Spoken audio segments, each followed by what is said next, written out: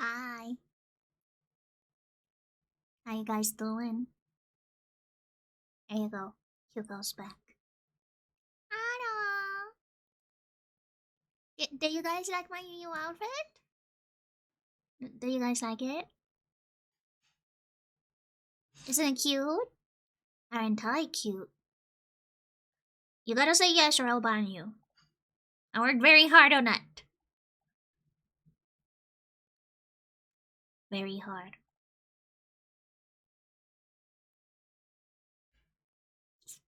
Stop playing words!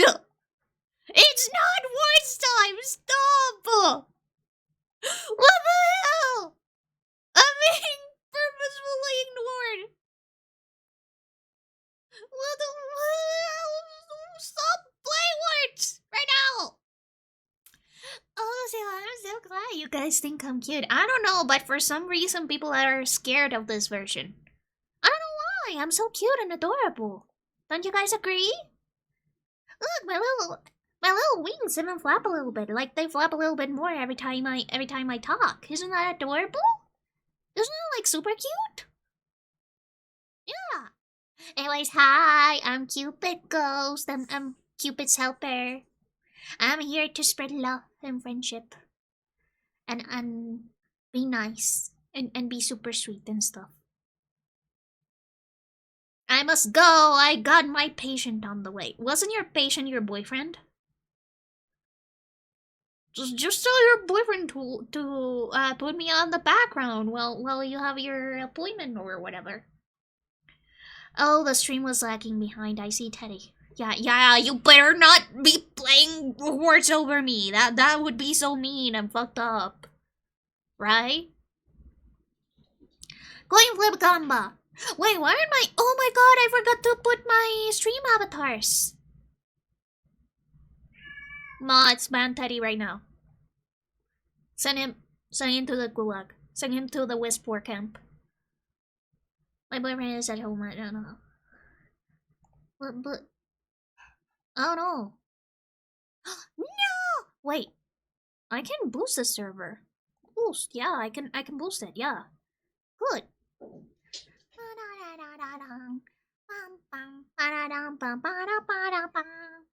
I really love this song. Honestly, Kenshi Yonezu is always so good. This Kenshi Yonezu always has the best songs ever, and I love that Kenshi Yonezu and the writer of Chainsaw Man, like the mangaka of Chainsaw Man, are best friends, but also the mangaka of Chainsaw Man has a very deep-seated jealousy and animosity for Kenshi Yonezu, because I don't know if you guys know, but if you look up Kenshi Yonezu album covers, he has illustrated every single one of his album covers. He also made the music video for a ton of their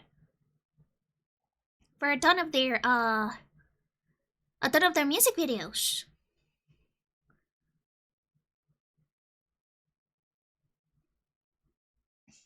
So true, Hyperjack. But yeah, Kenshi Yonezu actually graduated as an artist from university. He is actually an artiste. Why must you kill my wisps? In the season of love, no less. That is so mean. Must stay up. What if I make you kiss instead for for Valentine's Day? No, stop! My wisps. Why must we make them kill when they can kiss instead? Yeah, on the cheeks. They give little kisses. I'm a fighter, not a lover. No, that's so sad. But Kenshi Yonezu is sort of like really good at art, and I'm kind of jealous because he shouldn't be so good at everything he does. And no wonder the author of Chainsaw Man, whose name I'm actually like forgetting right now. Fujimoto. Tatsuki Fujimoto. Yes. I am very bitter But you know, I completely relate to Tatsuki Fujimoto in having a friend that's so talented that you actually become really bitter about that. I think that's really funny and also very accurate. So I think that bullshit on that one. What do you mean? Congratulations, BK, on being the most. What the hell? How will I spread love now, guys? My arrow, my bow and arrow. Why? This is so mean and evil and fucked up. Where's my bow and arrow? Then my wisps get destroyed. And thank you for the hydrate hyper chat on the blood for check. But what is the point? If my wisps are dead. Also, let me see. I think that the speed is a little bit too fast for the hearts, right? I could make it a little bit slower, like 50% speed. Boing. Oh, congratulations, Destiny, on the yummy sweet coffee bean. Also, hello. My arrows are back. Thank you. I am so happy when I finally have my emotional support weapons. But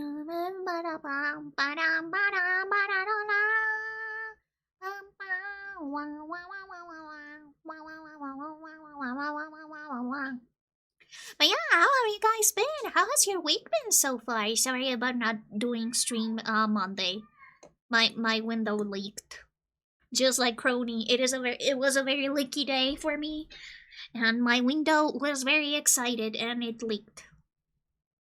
Also, we are in monsoon season here in Colombia, which means that we have a lot of rain with a lot of wind. It's windy and it's rainy, and when it rains, the wind actually goes to the direction of my window, like it hits against my window. Then the window leaks. I may have a leak that has been there for a while, and it has taken me a little bit to report it to the building admin, because according to my dad, they technically should be the ones to fix the leak. But I don't wanna go alone. I don't wanna report stuff. That's scary. I have been Minecrafting, let's go! I have also been Minecrafting in my free time. I feel like Crony is going to be very, very surprised at the amount of progress that we have been doing in the Minecraft server. He's going to be terrified.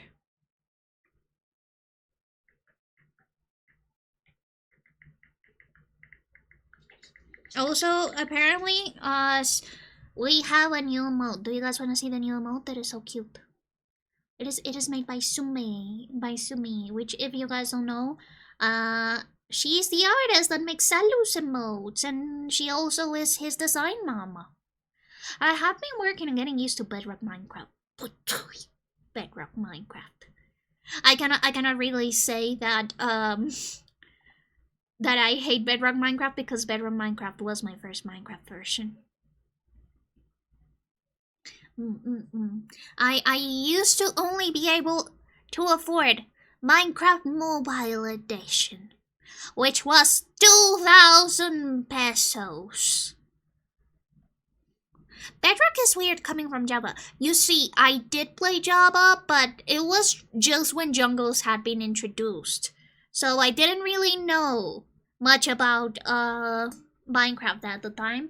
Also, the only times that I was able to actually play Minecraft was on the IT class on my school, because some sneaky students actually installed the portable version of Minecraft. They did some little hacking magic, because you're not allowed to install stuff on the school's computers, obviously. So I could only play Minecraft either there or in the Bedrock edition on my phone. By the time I had an actual touchscreen phone, which was around 8th grade, I think. Yes, 8th grade. So I didn't know. I didn't know what was the difference until I tried to make a redstone door and it just didn't work because of quasi connectivity. I didn't know that quasi connectivity was a thing. And you know, the fact that they just ended up leaving quasi connectivity there, even though it's technically a glitch, it's really funny because they just noticed that a lot of redstone contraptions actually bank on quasi connectivity.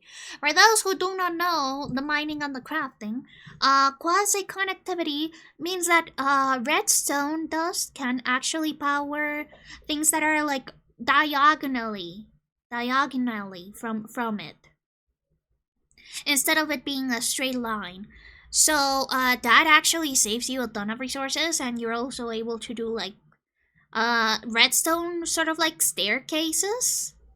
Because one of the very main issues about redstone is that you had to do a ton of like finagling with the redstone dust and the redstone blocks to actually have something be powered vertically. Vertical connectivity was something that was very difficult to do. Until the shulker. That's right. The shulker revolutionized Minecraft. It was a very revolutionary addition because it basically created Minecraft's version of Wi-Fi. Well, I mean, technically the target blocks were already Minecraft's version of Wi-Fi, but having to refill the arrows every single time so that the target block works is very, very, very annoying. But with the shulkers, you don't need to refill any dispensers or anything. You will get what you get. I've played 5 different versions of Minecraft. They are different in their own way. That is true. I have played the mobile edition, Job, and Xbox edition. I still have the Xbox edition CD. So yeah, you may say I am a gamer. I did teach Crony how to install mods, and I had him install the best mod loader by far, which is Fabric, because Forge sucks. Well, Forge doesn't suck, but CurseForge does suck, and it's spyware. And I hate it because when you are trying to do like a modded peak or modded like repo, you gotta use Overwolf because Overwolf bought Thunderstore, and now you are forced to install Overwolf. I hate it. Anyways, yeah, I don't like that they just like monopolize those areas. But yeah, so I decided that I would simply use Fabric. And Fabric has worked well for me, but it has been difficult because some people that have CurseForge and play Minecraft through CurseForge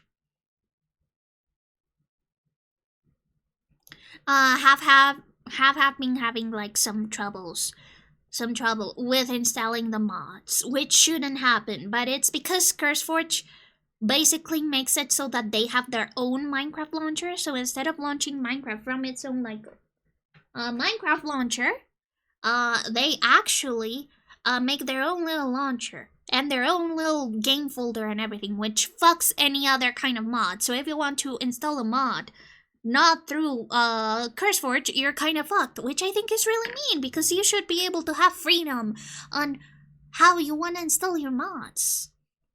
I love making secret doors where you need to strip to open it. Ooh, that's actually really cool, Teddy. Mobile, classic, console, Bedrock, Switch, Job. Well, I have tried mobile, classic, console.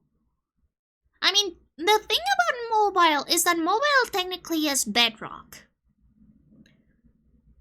because they are both coded in the same language, you see, even. Mobile and console are both versions of Bedrock. Because they needed to be coded in C#. So the thing is that when Minecraft first started getting deals with Microsoft so that it would be ported, they realized, oh, Java does not work very well with consoles. In fact, you may say that it doesn't work at all.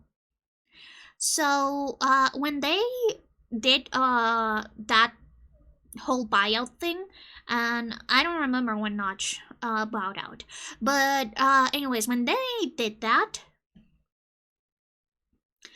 they decided to just like recode the game from the ground up.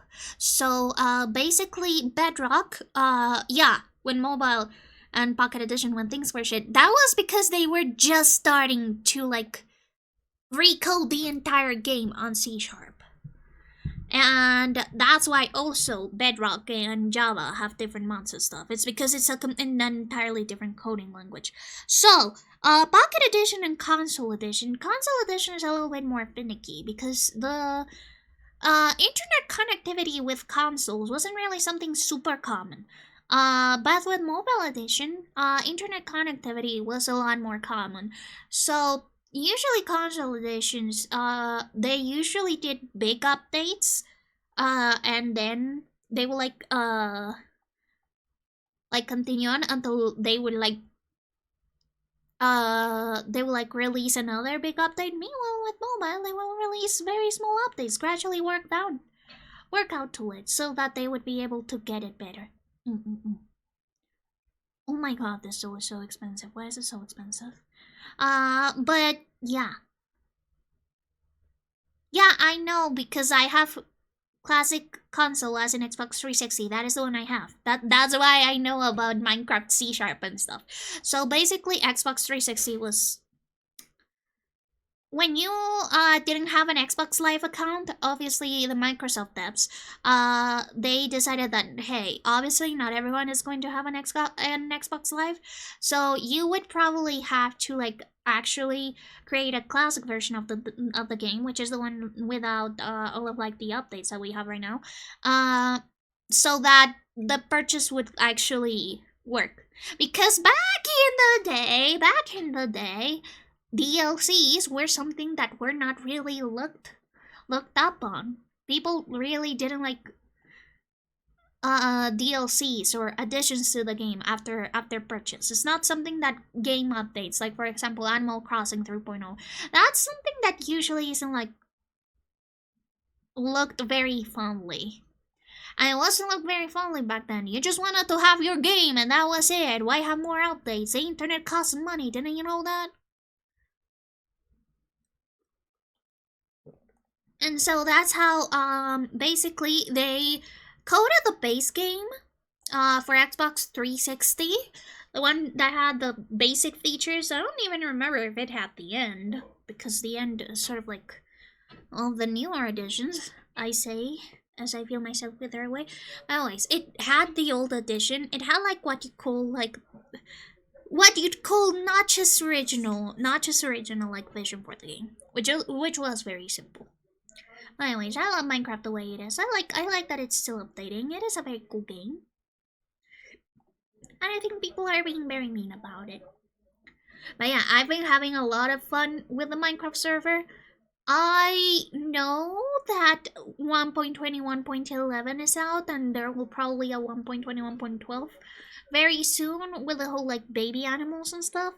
But I would like to wait a little bit longer until we update the server. Why? Because again, we have people that don't know a lot about Minecraft. They have basically played vanilla Minecraft their entire lives. They don't know about mods. They don't know about updating versions. I don't know about anything. I just like launch the game and go at it. So, given the fact that our server does have mods, and it specifically has and it's specifically going to like have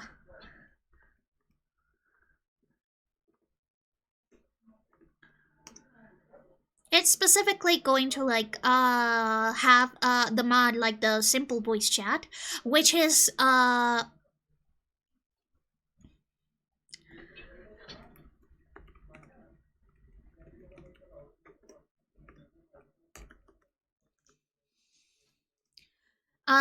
it's going to be complicated to have everybody.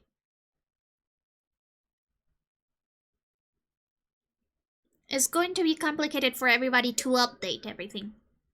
I think that I'd be able with Crony because Crony is sort of tech savvy already. But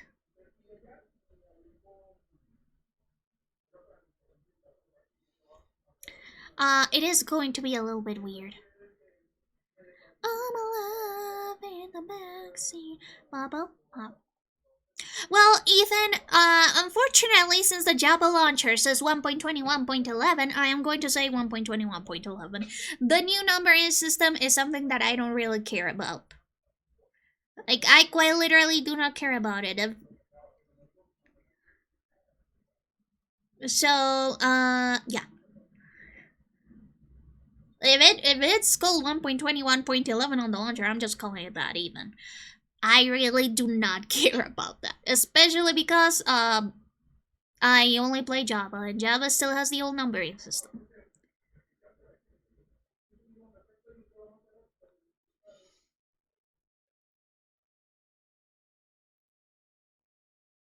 In the backseat, bubble pop electric. I wonder if they're gonna add a scope dimension.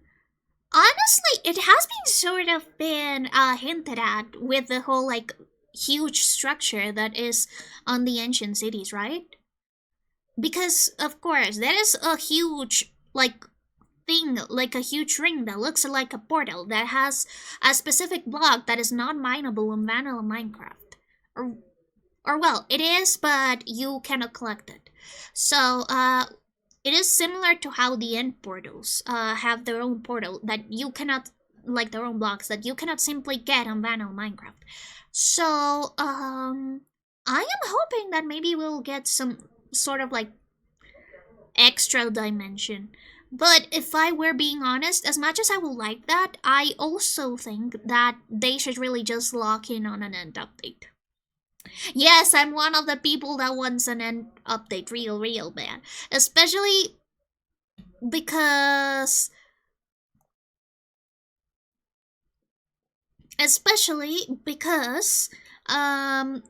we actually yeah, end city update.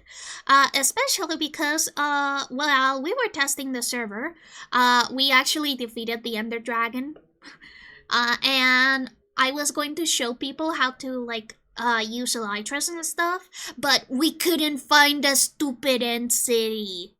We couldn't. And we were on creative mode. We could just like fly there. But no, it wasn't there. Oh well, they probably were, but it was extremely far, so I just kind of gave up. Everyone was in like their own little schedules, so we really wouldn't have been able to explore the entirety of the end to find end cities with elytras. You guys didn't use commands to find it or TP. The thing is that since we are going to be playing Minecraft survival with only some vanilla tweaks, regular members wouldn't be able to TP. Like, the only reason why Crony is able to TP and go insane with the TPs is because Crony is a server operator. Tana, Crony, and I are server operators, so we are able to do admin commands.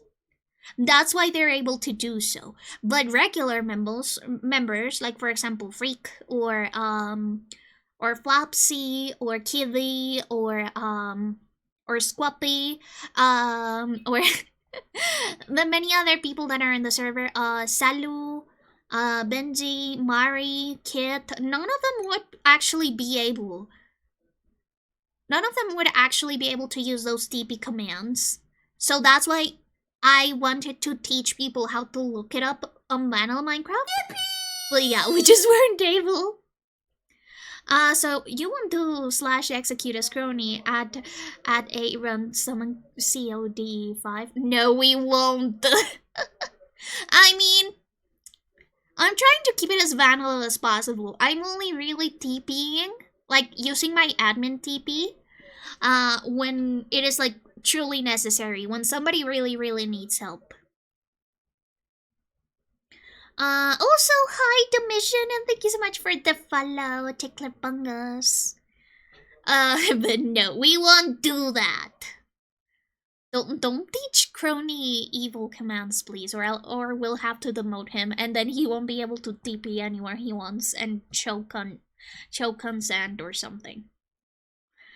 But we're mostly just using TP commands so that, for example, if somebody needs some help, TPing, because we didn't have the vanilla tweaks TPA, like the trigger TPA commands, when the server started, because Dana forgot to, copy and paste the, vanilla tweaks stuff that we had, the vanilla tweaks data packs. Thank you so much, Ethan! I really appreciate it, and congratulations on the 7-stream streak. But yeah, since we didn't have the trigger TPA, which was something that we were supposed to have at the start of the server, as well as like set home and stuff, we decided to use the mod TPs to TP people around on that first day. Because, if we had like added it to the server while people were playing, it just wouldn't work. We will have to restart the server. That's also something that happened, like on the first hour. We had to restart it because Tana had forgotten to disable spawn protection, so people couldn't really use the spawn little hut that I made for new players so that they could get like settled in. That was really sad.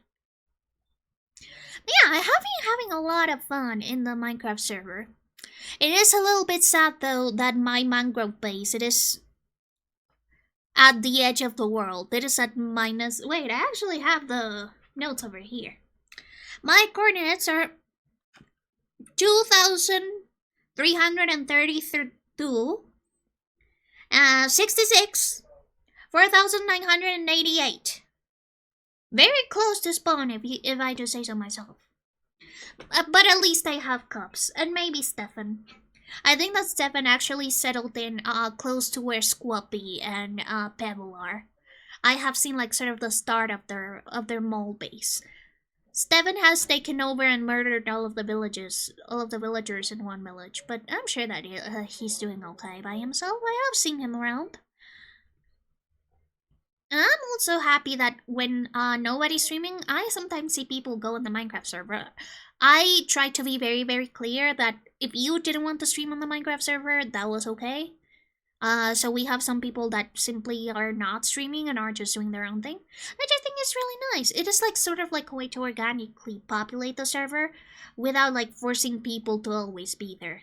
Or without forcing people to actually like always schedule something. So that they have to like always stream what they're doing in the Minecraft server. That's evil, Ethan. You're evil. I can't believe you do that to the poor villagers. Yeah, I've been having a lot of fun with the Minecraft server. I have already lost my entire inventory at least 2 times. So obviously you guys know that I'm not using like any mod cheats to get myself all of this stuff. Would it be possible to just make a command block with a chunk loader next to it that detects if a player has a book on his hand with player's name and TPS player who is holding the book to the player's name in book? I don't know. I don't know much about command blocks. What we are using right now is a vanilla tweaks mod pack. I actually just added like the entire zip file. Let me just get the link of the mod pack that we are using for the server right now. It is usually utility stuff so that people that are newer players are able to get themselves around pretty easily. And trigger TPA, it is sort of like, again, TP to another player. And also to your home and spawn. Which we thought that would be decent for people who just like exploring. And also for people who might get lost. Like Crony. So I'm so sorry, Crony. I'm ragging on him a lot, but many other people have also been lost. The reason why Stefan is no longer basing with us is because he got really lost and Cubs wasn't there to like TP him back. Honestly, if you're able to, I would be really impressed. I don't really know much about command blocks. I don't like playing with them because I'm afraid I might brick the game or my computer. So I don't specifically try that. But if you click on the Vanilla Tricks link, you'll be actually be able to see all of the mods that we have. So we've got decorative cosmetic mods, which is wandering traits, mini blocks, more mob heads, name colors, and player head drops. That was what I was telling Crony on his stream, that we had added the more heads mod because we had a lot of fun killing each other on the test server for our heads. Of course, for convenience, we had the unlockable recipes, painting picker, and double shulker shells. And for gameplay changes, we did confetti creepers because I thought that it would be really funny for new players to lull them into a full sense of security with a 50-50 chance of getting either confetti creepers or regular creepers. As for informative, we have coordinates HUD, durability ping, and nether portal quartz. For players that don't know much about how durability works, or people who just have bad vision and cannot really see the lines for durability in some of the tools, the durability ping is very, very helpful, especially. And for teleport commands, we've got teleport back, home, spawn, and TPA, which are the basic ones. I tried to make it sort of similar to Hermitcraft because that was sort of like my intro to Minecraft. So I do know how it works and how I would be able to. What's this? Oh, it's the scribbles. I would be able to set it up for anybody. And also, they would also have a video example of how these things work a little bit more organically. Of course, we don't have all of the mods and manual tweaks, we don't have all of the mods in Hermitcraft, especially because they actually make their own mods sometimes. And they've got some magicians out there. So, I just chose the ones that would be most useful to beginner players. I don't know how useful they'll be in the long run if I find that one of them. Oh, by the way, kinda spaced out, go figure when it's in the name. So true, Space Wizard. Also, 40 stream streak, that's amazing! Thank you so much! But either way, all in all, most people have been able to work with the mods. I am also making a small documentation doc so that people who don't really know much about how commands work on Minecraft are able to use commands to the best of their ability. Of course, we're only using like the vanilla commands and the commands for like TP and TPA, as well as the colors, like the name colors.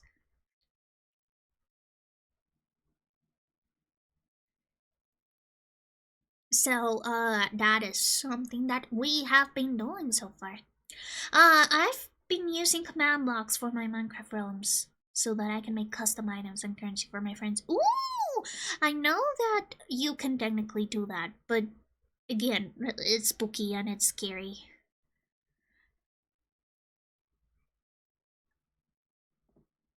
Because I really get scared if I'm doing some coding on a language that I don't know about and that I don't have like somebody to like guide me through it. And also, I think that it would also confuse players, like the newer players, if I were to put command blocks on the server, because then they wouldn't really know much about how vanilla Minecraft works. I see that command blocks are Minecraft sorcery. They are. They are absolute magic. I have only seen command blocks used on very, very complex farms and stuff. On like the way that Teddy is talking about, which is creating custom items and currency. But again, that's spooky, that's scary. It's kind of terrifying. But all I know, everyone has been having fun on the server so far. We're only missing a few people that have yet to go online into the server, which I will be pestering very, very, very much. I will be quite literally spamming their DMs to give me their username so that I can whitelist them, and also so that they can check out the server. But yeah, we've been having a lot of fun. And again, I've been really, really happy that people happen to join the server, either both on their off time, or during streams. Every time somebody is streaming the server, I try to be there, unless I'm streaming too. But it's really fun. It's really funny. Yes, yes, yes, yes, yes. I made an arrow that grows on trees. Wow. Is it a love arrow or love and friendship? Because it's Valentine's season?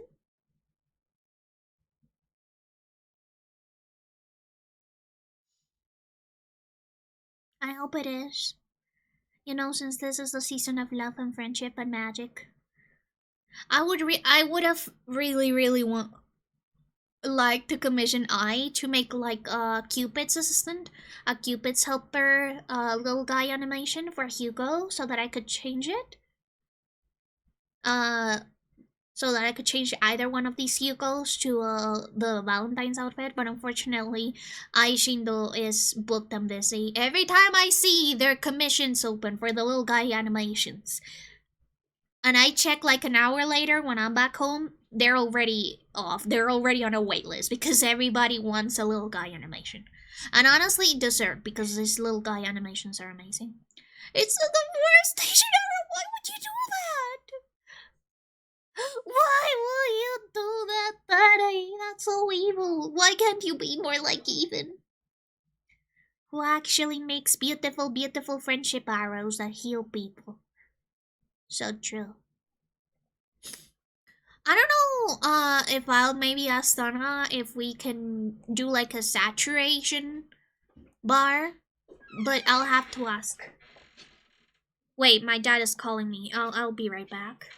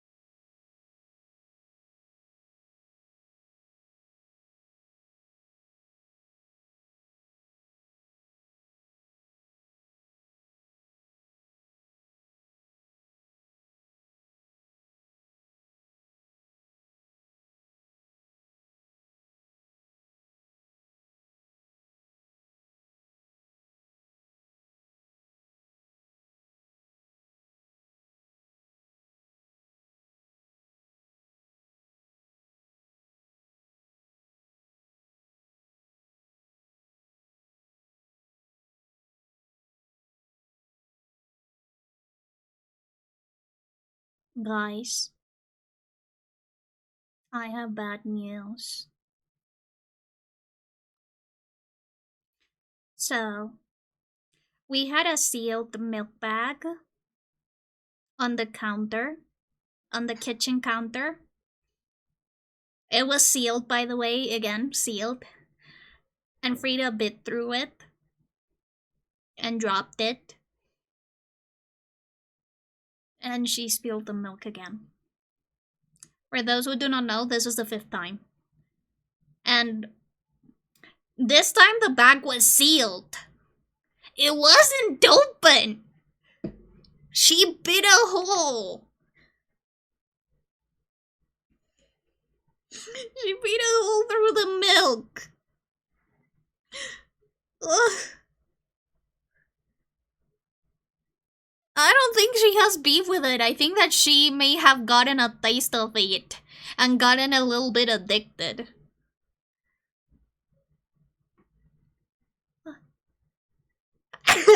Sorry about the sneeze. But yes, Frida. How does a cat see a bag of milk sealed, so no smell, no anything, and decides, you know what? I'm gonna bite through it. I'm gonna seal it, and I'm gonna drop it, so that I can have so that I can have the delicious milk. It is a perfect plan. And again, bag sealed. Wasn't open, wasn't anything. It just had little puncture marks. It had little evil puncture marks from her. Evil cat. What am I supposed to do about this now? Frida. And did I forget my drawing glove in the kitchen? I forgot my drawing glove in the kitchen. I'll be right back.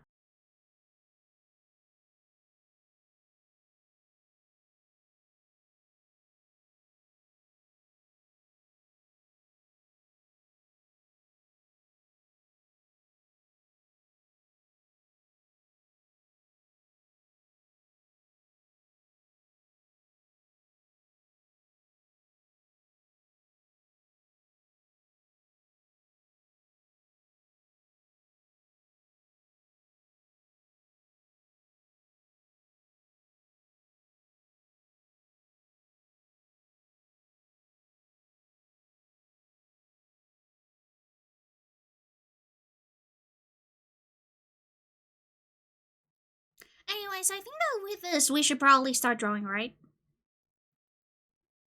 We should probably start drawing, right? Right? Yeah, I think that we should probably start drawing.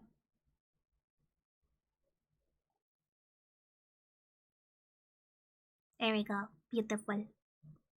Beautiful.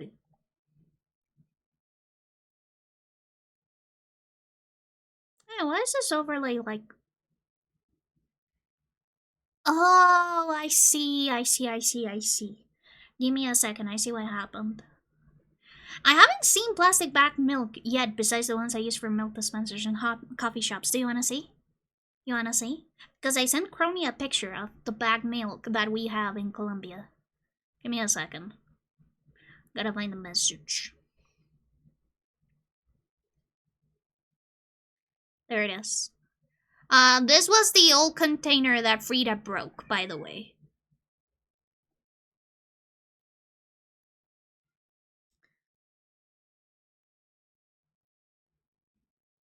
Milk. So usually we like cut the tip of the milk bag, and we have this little container. And that's how we do. Yeah, dummy. That's the reason why That's the reason why I bought the hermetic container for the milk, so that Frida wouldn't get her grubby paws on it. I actually got it today from the mail. But of course, you gotta first wash any like container before you use it. So I was going to wait until tomorrow, so I just left the sealed bag on the little container so that I would wash it tomorrow and then put it in the hermetic jug so that Frida wouldn't get her grubby paws into it. But she did that!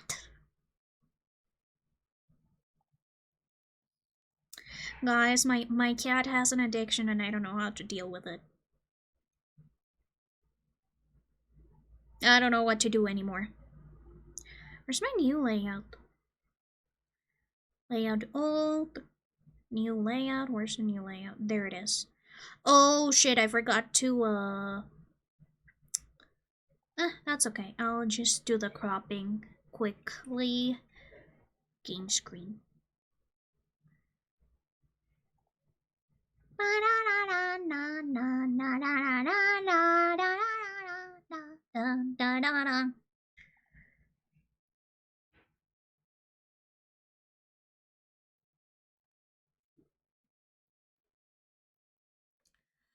Frida has a drinking problem. She does have a drinking problem. At least it's not catnip. Actually, Frida doesn't like catnip as much. She prefers the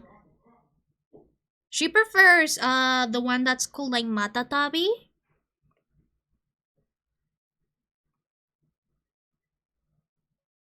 So like matatabi cat thingamabob thingy.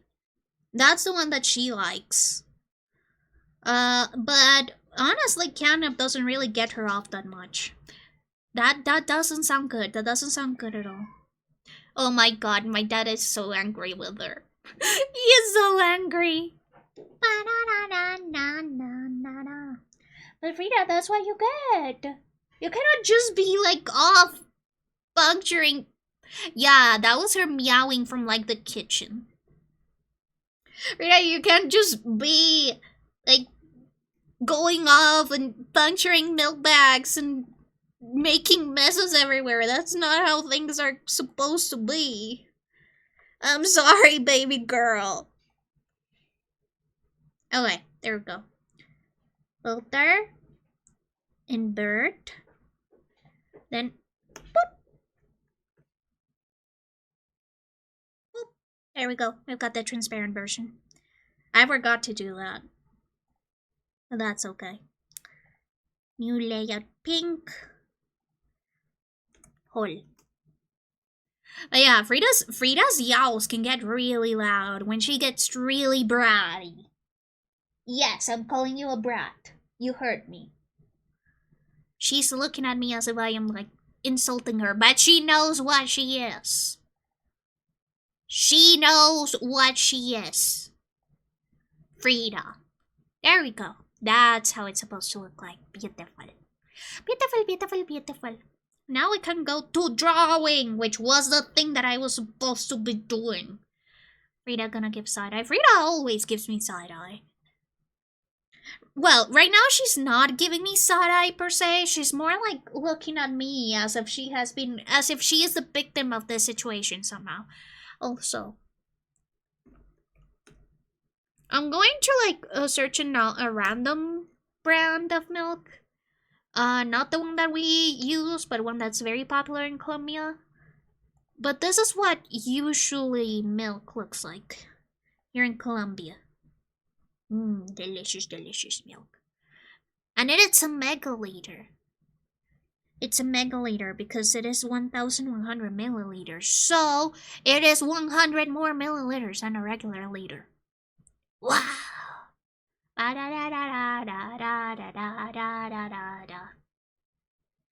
Frida's always a victim, oh my gosh.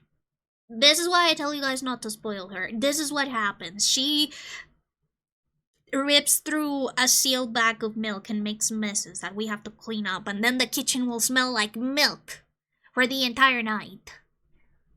Okay. Okay, I'm actually drawing. Look. We're gonna draw now. We can finally do some drawing now that Frida's evil schemes have been discovered. Look, I have not really worked on this ever since the last stream. I've just sort of been looking at it while I work on other stuff, mostly commissions, because I really want to finish the January commissions now that we're in February, especially because if I want to open like more commission slots for February, that means that I should definitely finish the January commission so that I don't get like all caught up in a ton of commissions at the same time. That's bad. That's how art drama channels get you. Of course, that you have a nice dinner. Hopefully, there's no Fritas in your home that can like spill everything and make messes and kill everything you love. Oh yeah.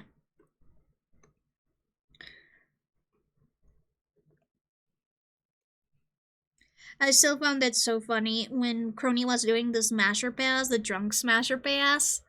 There is a Frida outside. Don't let her in. That's how they get you. That's how they get you. It's 8 p.m. Do you know where your milk is? Yeah, guys, please check on your milk. You never know what'll happen to it. I am still surprised that Frida hasn't had like any tummy aches or anything from drinking so much milk. I assume that she's only taking like a few sips, you know, like lapping on it on the floor while it is on the floor. Ew, Frida. But I am still surprised that she hasn't gotten like any major indigestion from drinking milk. Because if you guys don't know, cats are lactose intolerant once they become adults. They can only drink milk when they're kittens. Also, ads are going to start in 40 seconds, guys. Feel free to grab a snack, grab a drink, go to the bathroom, go stretch, whatever you may need. And we'll be back for another hour. Yippee! This time with less Frida mischief. I assume so. I hope so. Cause I into the boogie, boogie. Huh, I wonder what happened to Lunch Money Lewis. I haven't really, like, heard anything from him for a while. He's like a very 2010 artist, I think. Like a very 2010s artist.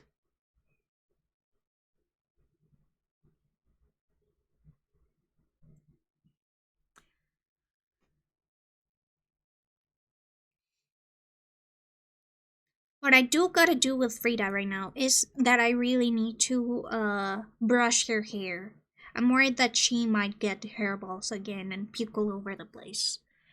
I'm a VTuber model rigger, or at least trying to be, but I have too many clients that haven't seen the word I'm not okay with for one reason or another. Well, just you always have the right to like just accept the commissions that you feel comfortable with. That's why I have a very, very comprehensive TOS that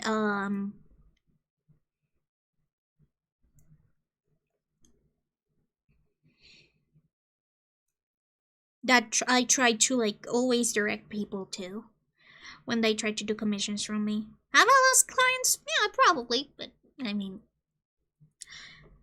they'll find another artist, I'm sure. I know that there have been like a ton of controversies with artists' TOS, like banning LGBTQ people and stuff. And while I do understand it, I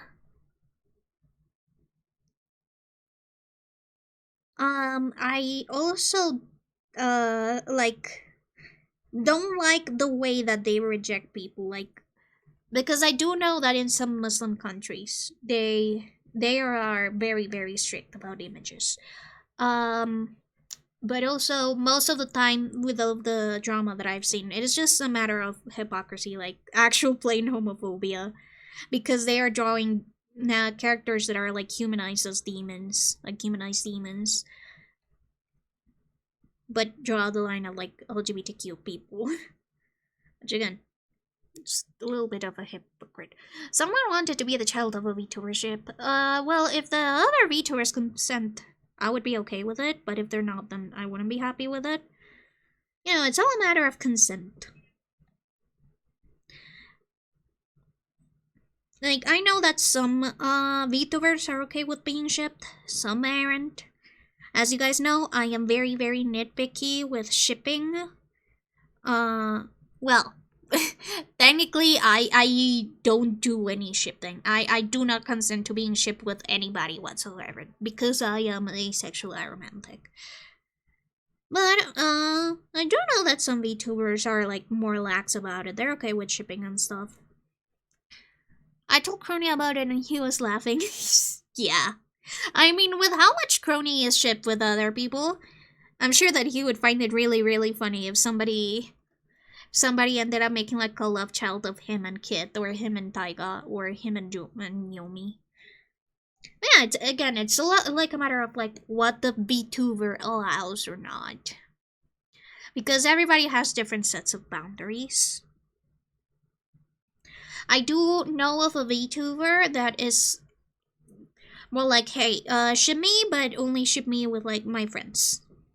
And also ask first. So that is something that they have as a rule. I think that Crony is okay with being shipped with whomever. Like, they don't really have a... he doesn't really have like a set of conditions of who you can ship him with. Yeah, VTubers have their own rules and stuff.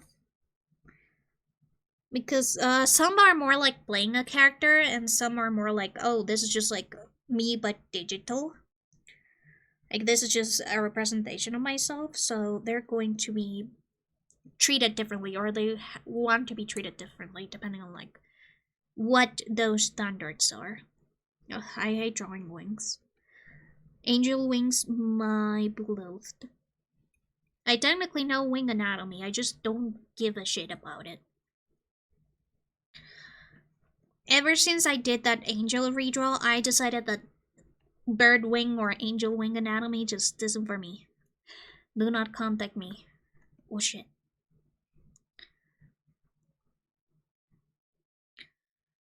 Just like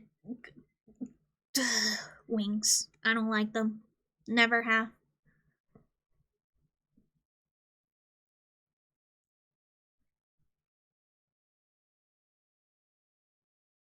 I would like to see if there's any other like old drawing that I could redraw. Something that could be from 2011, because 2011, oh my god, 2011 is 15 years ago. 2011 was 15 years ago. I am going to die. I am shriveling up inside. But 2011 or maybe from 2016? Yeah, something like that, those big milestones.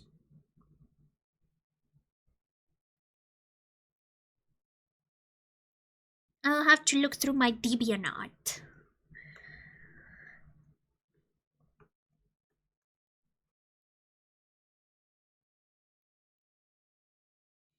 Because that's where I have like all my drawings until 2018, I believe. Yeah, 2018, because that's when I decided I had to take a break from social media, so I basically abandoned all of my accounts. I had a policy about never deleting my old DeviantArt accounts because I really wanted to keep an archive, a digital archive of my old drawings. From when I was younger. I have also a physical archive. I have been thinking if I do end up like getting a little bit more comfortable with streaming with a camera, not showing my face of course, but more like handcam stuff, I would probably maybe be inclined to doing like a sketchbook tour of all of my old sketchbooks from when I was a tiny little baby, because I have stuff from, I believe, circa 2012, circa 2011. Yeah, maybe 2012, a little bit of 2011.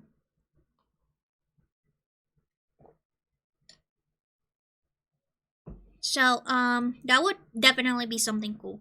I also know that my mom saved a lot of my drawings when I was little. Maybe she has some drawings from 2006.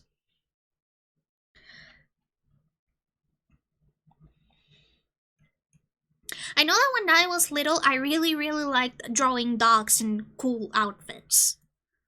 I really liked drawing dogs and cats in outfits. I wanted to be an animal fashion designer when I grew up. Because clothes for humans, boy, that's boring, but clothes for dogs and cats, now that's where the money's at. I wanted to be a pioneer on dog and cat couture, pet couture. So maybe she does have some drawings for that, and I couldn't buy either Maple and Distant, or I don't know if Scry has done free. Well, I know that she has, but I don't know how long it has been since she has them free. But yeah, I may invite Maple or Distant to redraw my old little fashion designs for dogs.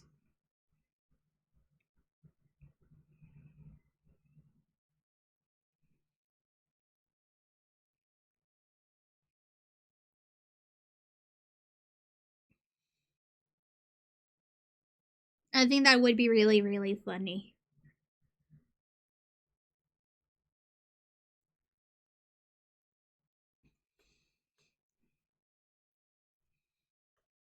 The good old days, yeah, the good old days.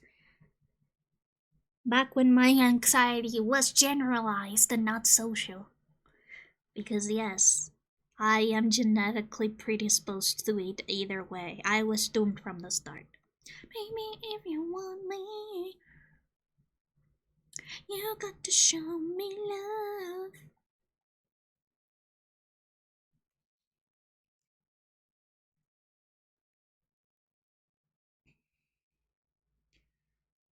You know, one thing that I haven't really been looking forward is to do all of the, like, sheer detailing that this dress has. Look, I love transparency, I love transparent little details on a design, but I hate when I have to draw them. Or, not when drawing them specifically, but more like when I have to detail them and I have to, actually add the transparency effect to it, because it's annoying. It's annoying to have to do all of the overlaying that you have to do. And to think about the like reflections and stuff. But also semi-transparent stuff is like really cool looking, so what am I supposed to do about it then?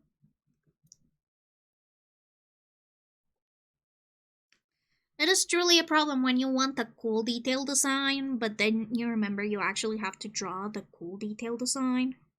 It's so evil and fucked up. And honestly, I feel for all of the artists that Crony hires, because those designs are very hard to draw, guys. As someone who has drawn for Crony as like fan art and stuff, there is a reason why my full body Crony fan art is still undone. It's still like unfinished, even though it's been almost a year, because I drew that for his birthday. It's because it's so detailed, I just gave up. I gave up.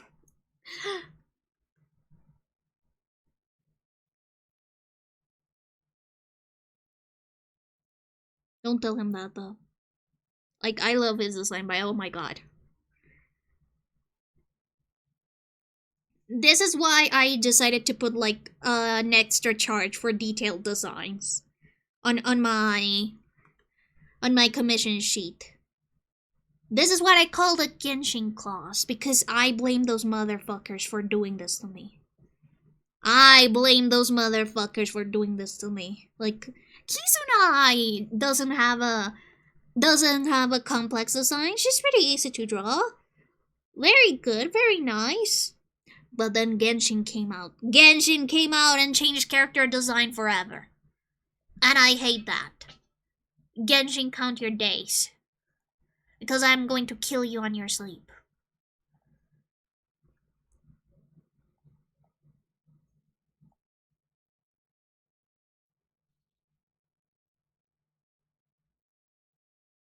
In other news, I don't know when my rug is coming back and I miss it so much already. I often say that my chair is very wobbly. Well, not my chair, my table is very wobbly without the rug, but I have also noticed, since I have an office chair, I have a very nice ergonomic office chair for drawing for my desk. It has wheels, and the rug actually had. So the rug actually had like some friction so that the rolling wouldn't be as noticeable. But now that there is no rug to keep the chair in place, I have accidentally rolled myself over and rolled myself away so many times. But I have started to also like embrace it a little bit. Okay, but complex designs are pretty. They are pretty, but my hand hurts. My eyes hurt. I suffer. You don't want me to suffer, do you? I'm exaggerating, but complex designs are really, really exhausting. Okay. Also, this is really funny because when I first started my computer, Medibang actually crashes out a little bit. It does become a little bit difficult to work with because I go and I open a file and then the file explorer and Medibang crash and stay loading, stay frozen for like a minute, and then I can finally open files. But once it is, the computer is sort of like quote unquote warmed up, things already work very smoothly. And if you guys have seen my Twitter or have seen my Bsky, or if you have feed alerts on on my Discord, you guys know I am going to start to like fully move everything to CSP. And this is the reason. It's because now even opening files is becoming a struggle. Okay, time to do these stupid patterns. I do really love the pattern that I made for this skirt though. Isn't it pretty? Do you guys think it's pretty? Because I think it's pretty. It's like the little hard eyes for the ghost. Okay, and if you allow me to continue with my Genshin rant, I'll tell you exactly why the Genshin rant is like very important and close to my heart. And you see, the reason why complex designs work for Genshin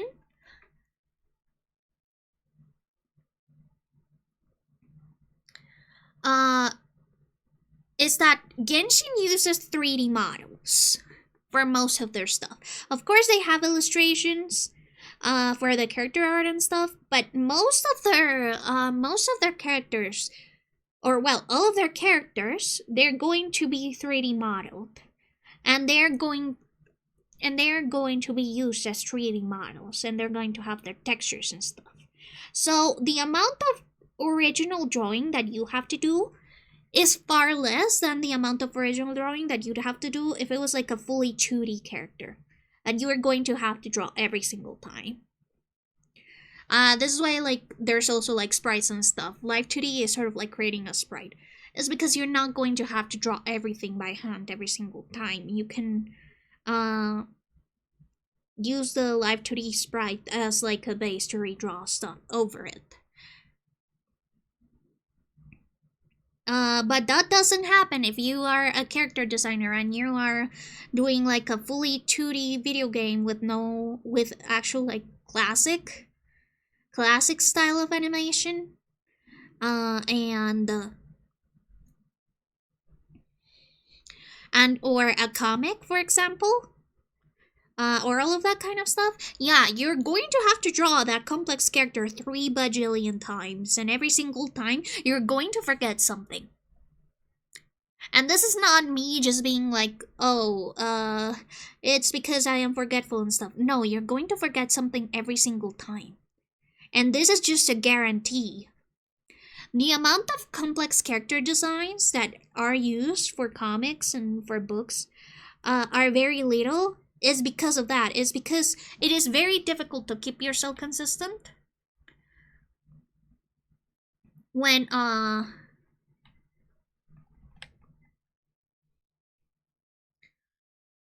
your character design is so complex. Especially when comics and all of that kind of stuff. You first do like a little sketch out baseline. You just sort of like do mapping out and then you base yourself out of that. And usually when the character design is already like pretty neat on your brain, you haven't memorized, you can already sort of like draw them with broad strokes. But when it's detailed, it's really hard to maintain the details consistent. And that's bad because then the character will be all over the place. And that is also the reason why many things until 3D modeling started were very simple. Of course, there's exceptions, but usually it was for like collections of like solo illustrations rather than serialized works.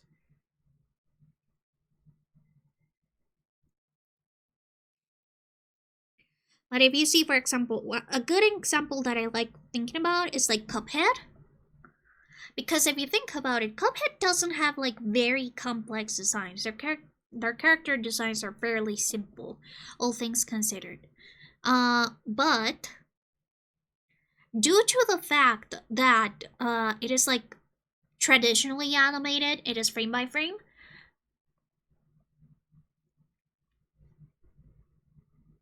That means that they obviously have to simplify designs enough so that animating them won't be a pain in the ass. It won't make them want to die.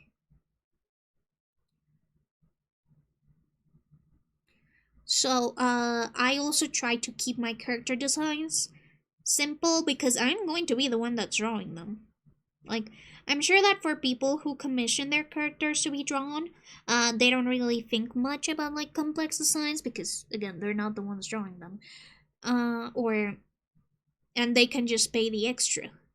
But if I did my own character designs, which is what I do already, I try to keep them as like ghost friendly as possible. I want to make designs that I wanna draw. That I won't like feel bad about drawing because they're just so complex that it just exhausts me even looking at them.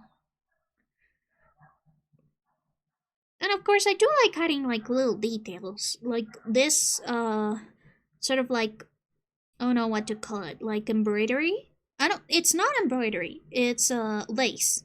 Yeah, that lace detail. That is something that I added just for the fuck of it. And in sketches, it is really easy to make.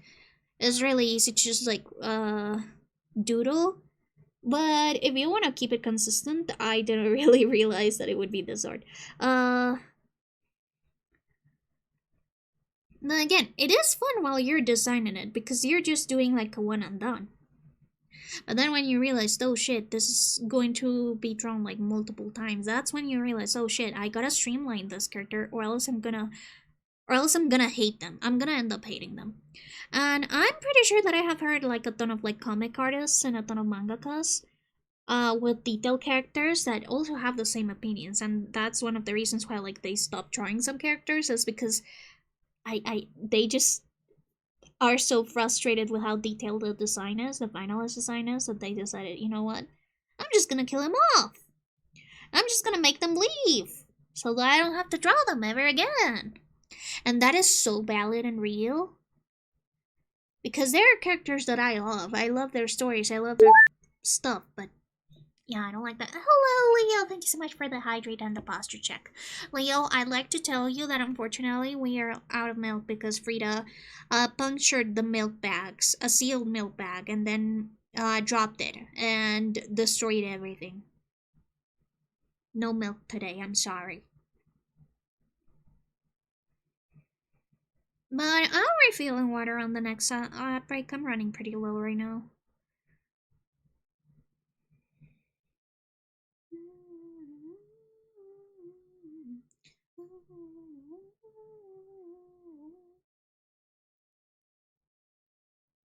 As a professional milk hater, that sounds like milk.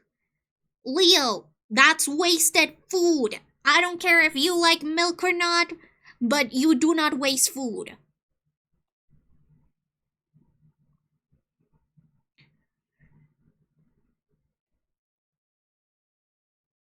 Frida does not know how many starving kittens are out there that would give anything to be in her place. And all she does is make misses. Miss Frida. Miss Cat. Also, I'm afraid that Frida is actually a certified milk lover because she may have or may not have developed an addiction to milk once she had a taste of it. And this is why she has spilled now 5 packs of milk so far. Tonight was the 5th.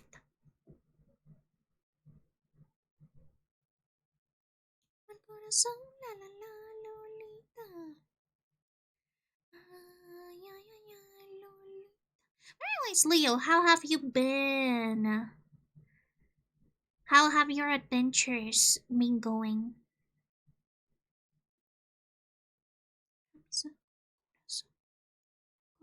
El que me escribió, fui yo quien lo inventó. Mi vida es como un videojuego. Tengo lo que quiero. Can't feel my legs. So you went to the gym? Did you get some good cardio? Did you lift weights? What are you doing in the gym? What do people that go to the gym do? That is something that I do not know about people. I know very little about gym.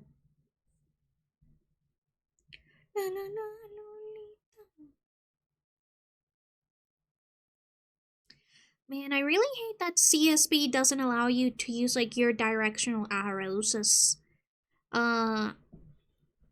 keybinds. That's really annoying. Because I usually use my numpads keys as keybinds for rotating and stuff. But that also means that I could accidentally like untoggle stuff from my model because they also use the numpad keys. The difference between the toggles that I have for CSP, or technically Medibang because I transferred them from Medibang, is that the toggles for Medibang had the numlock off, and the ones for my model have numlock on. So that way they get distinguished. But since CSP doesn't allow for directional keys or numlock off keys to be used for keybinds, I am forced to use just the regular numbers. So I'm not able to do like the flip layer or flip a canvas with just one key press, which is something that I was able to do on Medibang.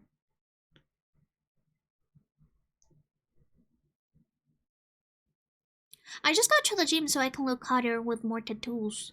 Round for 10.7 kilometers. Oh my gosh, that is so many kilometers. Isn't that almost a marathon? How long is a marathon in like kilometers? I'm sorry, I don't speak American. I don't know how much 5 miles is in kilometers.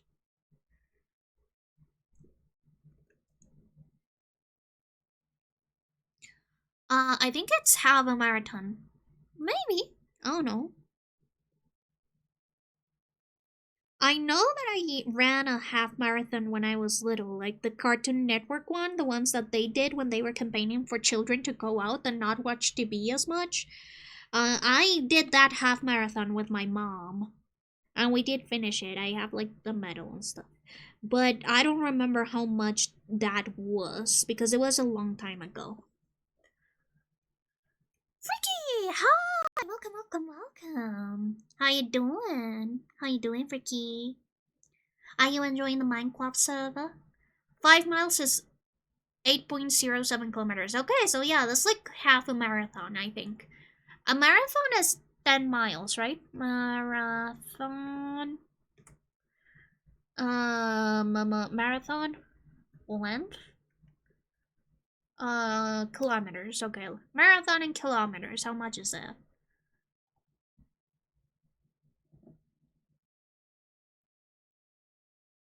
Never mind. Marathons are actually really long. They're like 42 kilometers. What the fuck?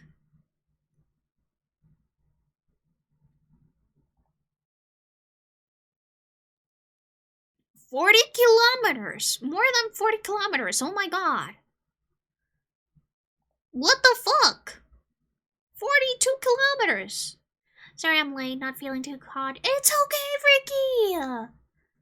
It's okay, don't worry about it. You don't need to be forced to do anything. Profundo de mi corazón, ¿qué nos pasó?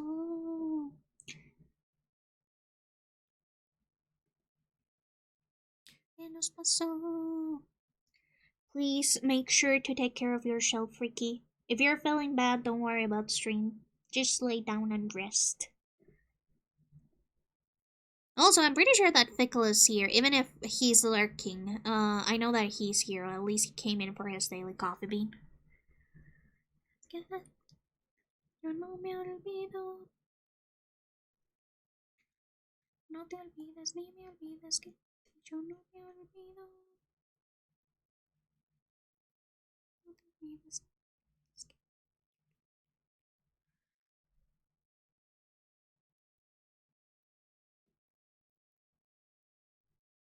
On my pace, it would take me 4 hours to finish a marathon. Honestly, yeah, that sounds like pretty decent. Pretty decent time. I don't know how long it would take me to run a marathon, to be honest. Because I don't even remember how long it took me last time. I'm sure that it took me long because again, I was a child doing this marathon with my mom, whom also wasn't like on the best like form ever. She also had never run a marathon before. So let's just us doing it because I really wanted to participate on the Cartoon Network thingamabob that I saw on TV. That was the reason we did the marathon together. And I think that it was like the first and one time Cartoon Network did the event for my country. So I just really, really wanted to do it. I have 3 small VTubers that I see as special that should grow soon. Let's go!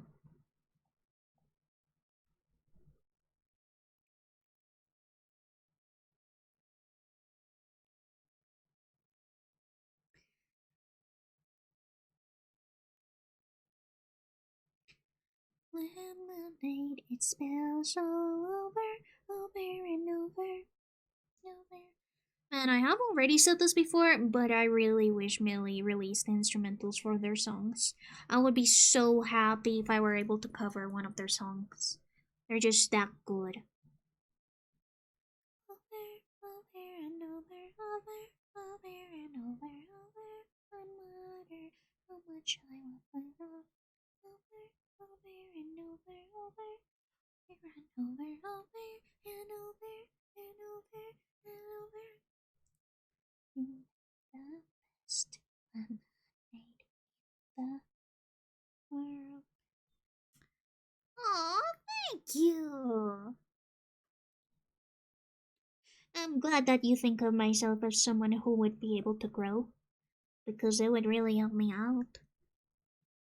Especially if I wanna remain as a freelance artist.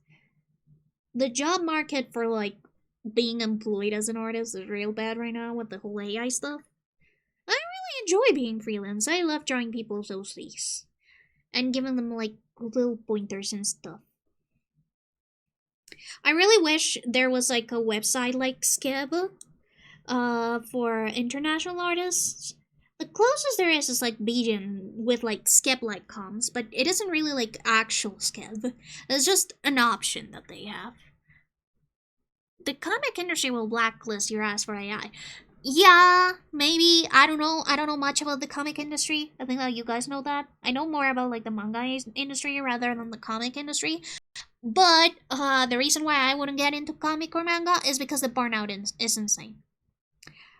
If I were to publish a comic or publish anything of the sort, I would want to do it in my own time, in my own pace, which is something that if you work for comic companies or for serializing companies is not something that you have the luxury to do. And that's why when comic or manga writers go on a hiatus, it is most common in like the manga industry. And I'm like, you know what?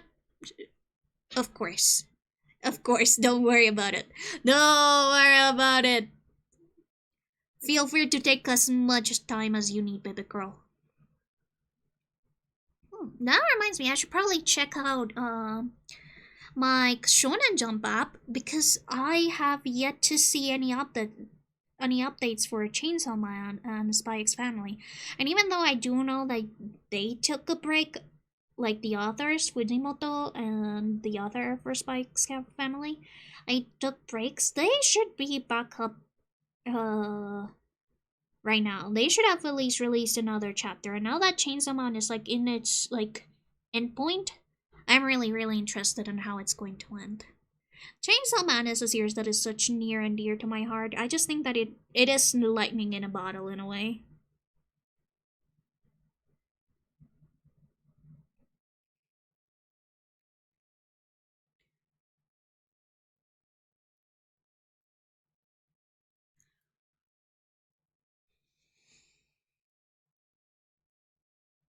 But yeah, there is 2 things that even though I admire it done, I would never get into, and it's animation or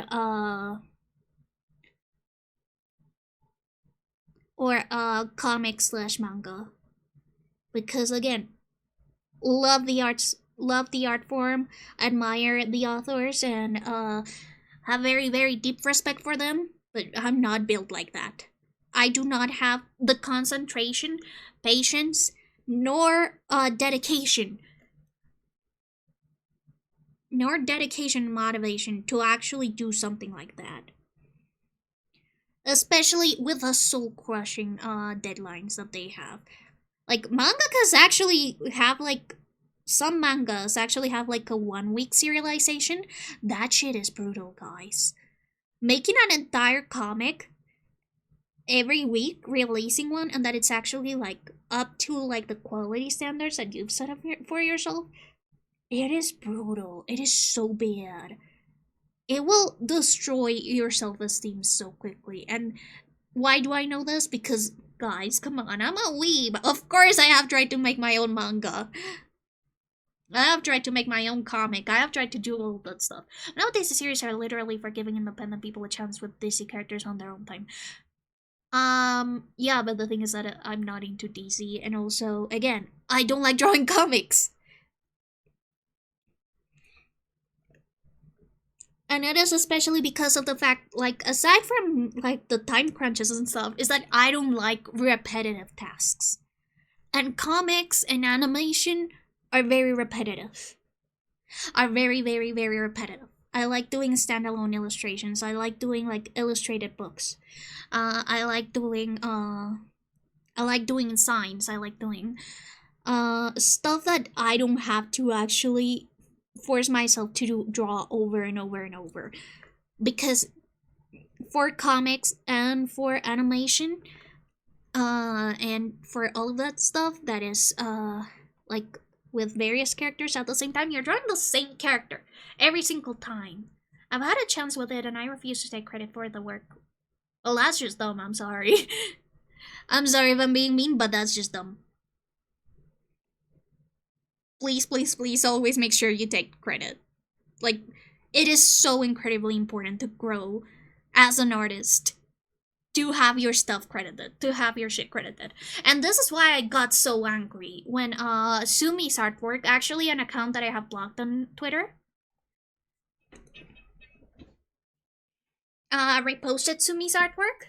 I'm actually going to send a screenshot because you guys should, like, report that shit. Somebody reposted one of Sumi's old artworks on Twitter, and it is a blue check account. And the thing about these blue check repost accounts that are just like, oh, cute core stuff, kawaii aesthetic, and like, yada yada yada. Yeah, they repost this stuff, and since they have the blue check, they can be signed up for, like, the Twitter reward system.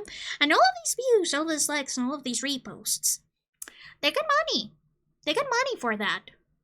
And the only thing they had to do is post a screenshot of Sumi's artwork, which I know that she said that is really old, but I'm still pissed off about it.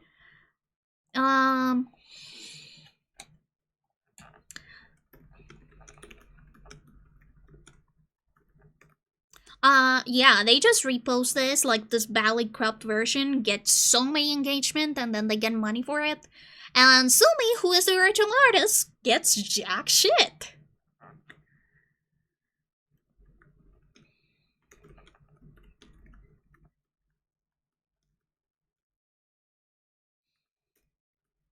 So, yeah. Please take credit for your work. Please, please, please. Don't allow anybody to take advantage of you or your work. Like, it doesn't matter if you do it for the love of the game. Because, I mean, I do it for the love of the game a lot of times. I am a fan artist. I have contributed to fan signs that don't give me jack shit. I don't get any money from the fan signs I've made either. Like, the last fan sign I organized, we donated all our profits for the PCRF because I just thought that in the current climate, it would be really disingenuous to gain money from a project without, like, recognizing all of the stuff that's going on. But anyways, either way, just because I didn't get money from it, didn't mean that I didn't make sure that all of those artists were, like, 100% credited for every single thing that they did. Because that exposure is really, really important as an independent artist. I don't have a manager. I don't have somebody that will push my art and that will give me connections to work with other people. That is not a luxury that I have. I simply cannot afford to hire someone like that. So, as an artist, especially starting out, you're gonna have to promote yourself. You're gonna have to, like, really, really self yourself out. And this is why I put it as one of my New Year's resolutions, is to sell out. Because if I don't sell out, if I don't like constantly push my artwork, I am going to be forgotten. I am going to be just like put in the sidelines because the algorithm game and the social media game is extremely aggressive, especially in this AI era where you just have to compete with not only other artists but also with AI bros that are trying to scam people out of their money by pretending to be illustrators. And that's actually one of the reasons why in 2018 I just gave up on social media and abandoned all of my accounts. It was because I simply couldn't keep up. But now that I am like in graduated, I have already graduated university. I was going to say like now that I am like an actual art student, but no, now that I am a professional, now that I have actually studied, invested money on this, and that I know what I want to do, and that I know specifically the audience that I want to cultivate, I feel like now it is like the perfect time for me to actually give myself that push that I need to basically be the marketer that I need to be to succeed in this day and age. And this is why I'm also really adamant about like commissioning my friends even if they want to do free art for me. I have already like saved up some of my friends that I want to commission in the future once I save up some money, because at the end of the day, the artist ecosystem and the art ecosystem is both very self-sustaining, but also it depends a lot on a strong sense of community. So if you don't support each other, and if you don't like help other fellow artists, and you just like squash your competition or treat everyone as like an enemy, you are not going to be able to actually organically find people to relate to. And to be honest, it is very lonely. I don't really think that art wouldn't be as fun as it is for me if I was alone doing art. Hello, Bexy. How are you doing? Welcome. Congratulations on your yummy, delicious coffee bean. I'm sorry about the little rant. I'm just talking about like art and business and stuff. But yeah, this is why I know that you probably had like a chance with it and you didn't feel like it at the moment, but please, always credit yourself for work. Always. Dude, even if it is controversial, if it is an opportunity that DC officially gave you, that means that it's vetted by DC. Like, I know that controversies, like with origin stories and stuff, would be bad, but as an artist, if you're allowed to have the platform, especially as with like a company as strong as VC, as DC, you should at least like, even if it's just like a pseudonym, like I obviously don't market myself with my name. I use a pseudonym for everything I do, and that is because I care a lot about my privacy. But still, I want to like people to know, hey, this person did this. Like, hey, this is the Blanket Ghost, this is Blanket Ghost's art. And if you want to get stuff like this, go to the Blanket Ghost, because that is the origin and stuff. Then again, if you're not like doing it for like business and stuff, maybe you don't really care as much, but I do really care. Especially because I know that people will take advantage of you staying uncredited to actually claim stuff for themselves. Which again, is really shitty. And this is why you should report the person that reposted Sumi's work, because they are gaining money from it. And Sumi's getting nothing. Sumi's getting nothing, nada, not even pennies. Anyways, I think this warrants me commissioning Sumi again for another emote. Yeah, I'm gonna see if it fits on my budget to do so. But yeah, the worst part is that I have that person blocked, so it didn't appear on my feed. When I believe it was Rod. Yeah, Rod from Salu server. I don't know if Rod is on my server either, but either way, when Rod showed that, I was like, oh yeah, those aesthetic accounts. I officially wrote the new 52 Earth 1 Batman, and it was something I wrote when I was under 18. Oh, interesting. But that just means you have potential. But I mean, Ethan, are you 18? Back when I was below 18, as a year before. And honestly, that's so relatable. I also treat myself back when I was like 20, as if it was eons ago. As if it was eons ago. That's right. I am now a very well established adult person now that I am turning 25.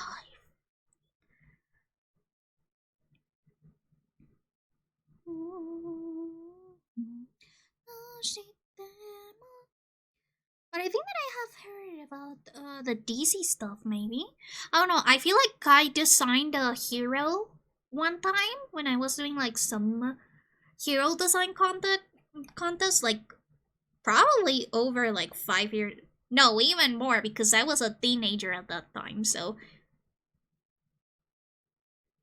oh god, I'm so old. Either way, a very long time ago, I designed a superhero for a contest.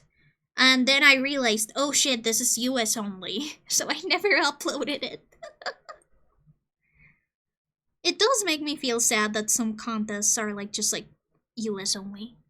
I am really hoping to enter the Snow Miku design contest this year though. I am 100% planning for it. And I have been watching the Hatsune Miku account like a hawk for the theme of the new Snow Miku design contest. Actually, give me a second. I am going to check it out right now if they have uploaded something. You never know. You never know when it's gonna start. You gotta start early.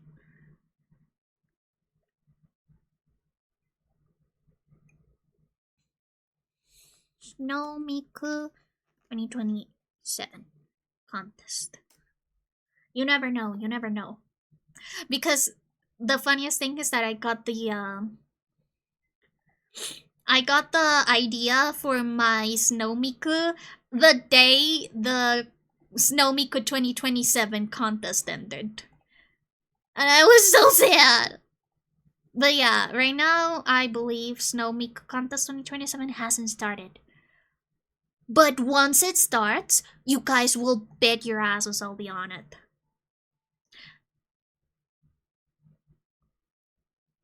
You bet your asses I'll be right on that. And my Snow Miku will be amazing and super cute. I'll make so much care of it. Thank you for the legs.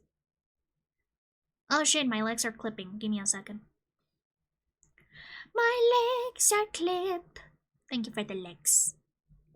Yeah, I'm exactly 18, but yeah, I prefer to tweet as ages ago. Time is so weird. Time is truly super ultra mega weird. And this is something that I've talked about with Crony, because when I know that Crony's only 2 years younger than me. He is 23 and I am, well, he is 22 and I am 24, but he is turning 23 and I'm turning 25 this year. But every time he says that he is a 2003 kid, I start thinking, yeah, no, you are a baby. You are a child. Why are not you doing your homework? You are like 8 years old. Get off the internet right now. I'll make you some hot chocolate and cookies. Because what do you mean 2003 children are already like working adults? That doesn't compute for me.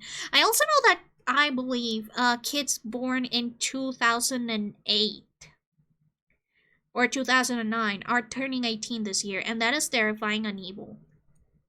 Cookies! Yippee!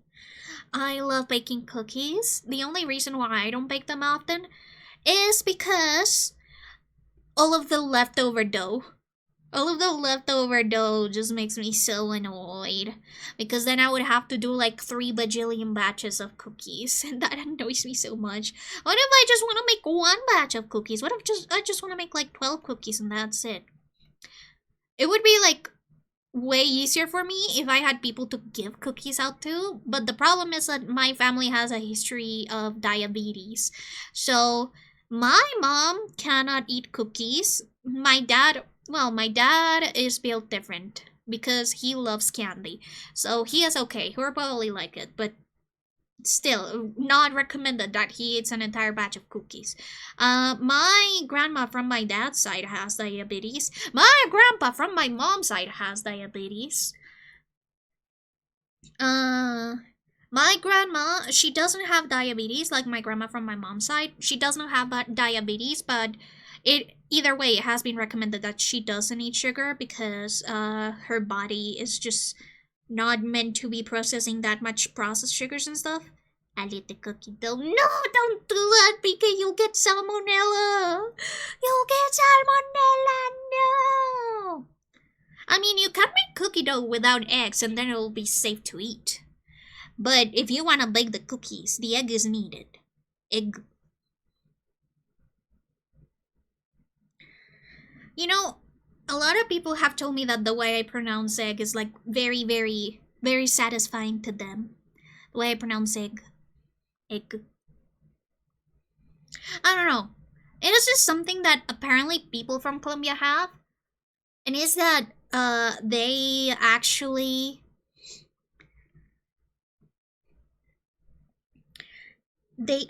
sort of have like a more strong way of pronouncing words.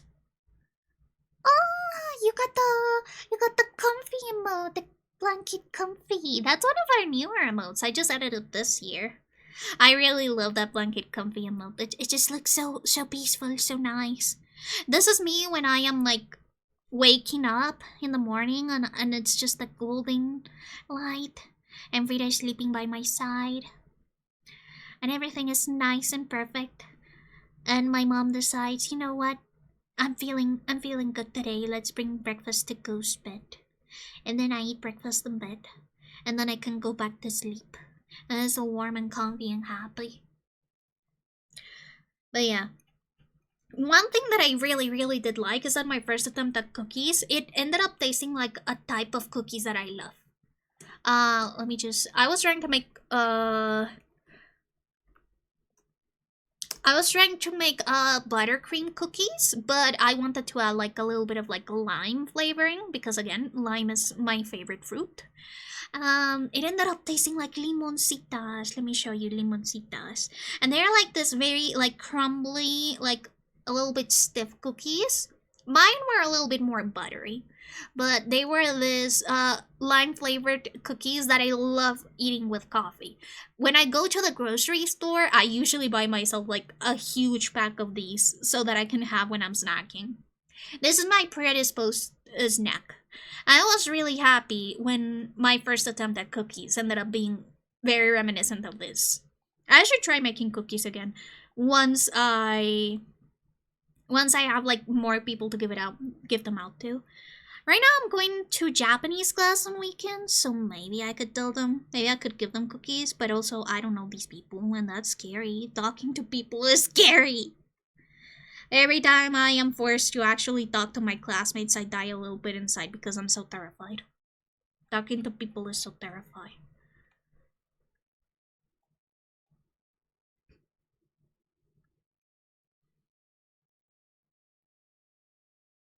But yeah. You know what? Another thing that I do really want to like get back to into making? Cupcakes. Well, not cupcakes, more like muffins. I prefer muffins over cupcakes.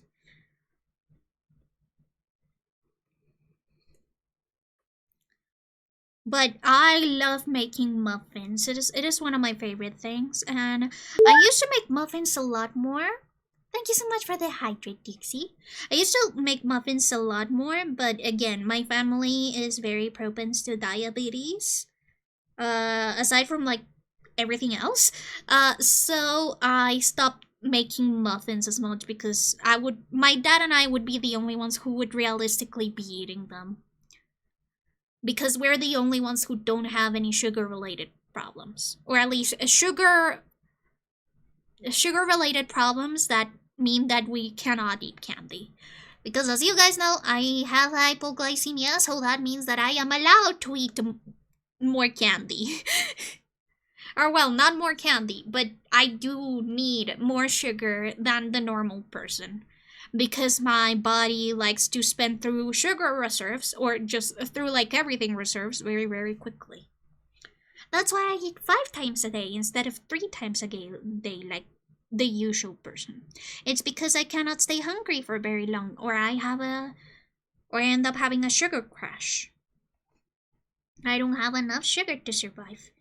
And that is also why I unfortunately was never able to be like Hinata Shoujo from Haikyuu. I couldn't last a volleyball match. When I wrote it was because I was really young and I only had a chance because my family did the official legal side of it. Oh, interesting. I am very, very lucky that my family supports me so much in art. I feel like maybe it's because since my grandparents were already interested in art and my dad had done some drawing classes, they were a little bit more predisposed to allowing me to do art. But I am really, really glad that I was able to get not only the monetary support, but the moral support of being an artist. Because I don't think you guys understand. Do you have some kind of bakery? I don't. But my dad has actually done a ton of baking classes. And my grandma from my dad's side also is a very avid baker. So they do bake a ton of stuff very often. You probably don't know this, but when my dad was just learning how to make bread, he came in so excited from the bread making class with these mini loaves of bread that he brought from his first class. And my mom and I tried it, and it was so bad. It was awful. I don't know how you can make chocolate bread taste bad. They were so hard and evil. But my dad was so happy. My mom and I just forced ourselves to eat it. But since my dad already knows how to bake and sort of knows how to decorate cakes, I was able to just get the ingredients and use his supplies to bake myself. And since he has been baking since I was really, really little, that also means that I was sort of raised between baking supplies and baking stuff. So yeah, that's why I enjoy baking so much. But no, actually, my family has a ton of STEM related jobs. My dad has a degree for veterinary science, but he ended up becoming a pharmaceutical salesman because he is specialized on farm animals, and we live in a big city where no farm animals are encountered commonly. And my mom is not a software engineer; she is a system engineer. And she ended up having to do a master's in business so that she could go up into a higher management role. And my aunts and uncles are either engineers or lawyers. Yet they supported me when I decided to become the family artist, which was very sweet of them. I thought that they would be way more resistant to me becoming an artist. Especially because I did have very high results in the sort of equivalent of the SATs here in Colombia. So I would have been able to get into a good university for a STEM degree fairly easily. Now I have already lost all of that knowledge and I am actually kind of dumb now. Now that is okay because I am happy. But again, I am really, really lucky that I was able to have a family that supports me. I have chickens and I hit them with the power of the sun. That's because chickens are evil. Chickens are evil and they are actually planning to take over the earth. They are made up of rage and spite. Like, you know how in Untitled Goose Game, the geese were kind of evil, but it was more like a mischievous kind of evil? No, the chickens are not like that. The chickens actually hate humanity. They hate life. And no, this is not because a chicken attacked me when I was a baby. Completely unrelated.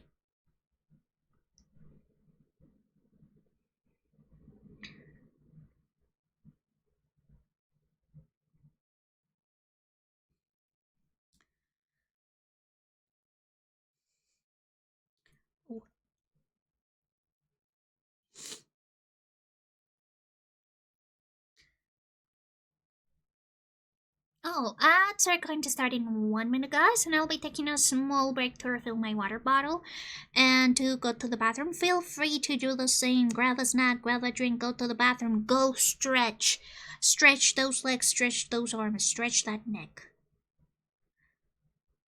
And I'll be right back for another hour of drawing. And I'll put up some words for you guys. You guys will enjoy those words. Well, those things are as evil as Frida. Actually, they're eviler. Frida attacks me because she is already like confident that I will not ever do anything to her. Like quite literally, she runs away from anyone in fear. But she is very confident when she bites me with her little teeth. But chickens, they will attack anyone and everyone indiscriminately. I don't care if you're a baby.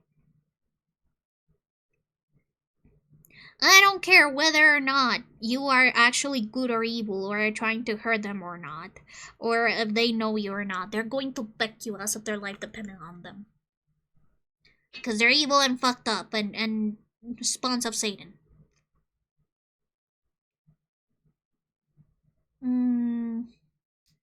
I know that Stefan and I are planning on collab for like SCP stuff. Ideally, it would be Valentine's Day, but I think that Valentine's Day we're actually going to do Minecraft. Because we have like actual scheduled collabs for Minecraft. They're like weekly to sort of like see everyone's progress. Well, I guess we could like divide it. I'll ask Stefan when he would be able to like do the SCP collab with me. And then we can like plan it better.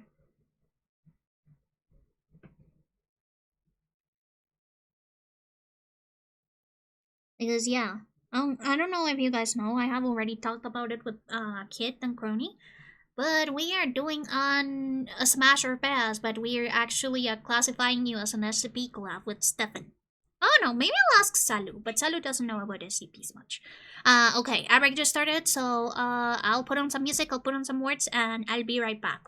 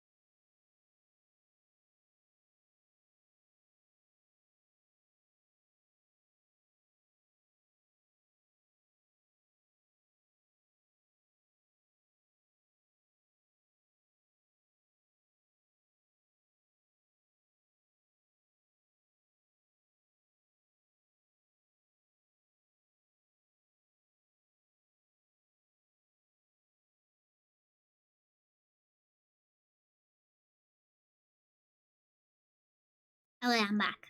Hello. I hope that you guys enjoyed your 3-minute ad break. What ads do you guys get?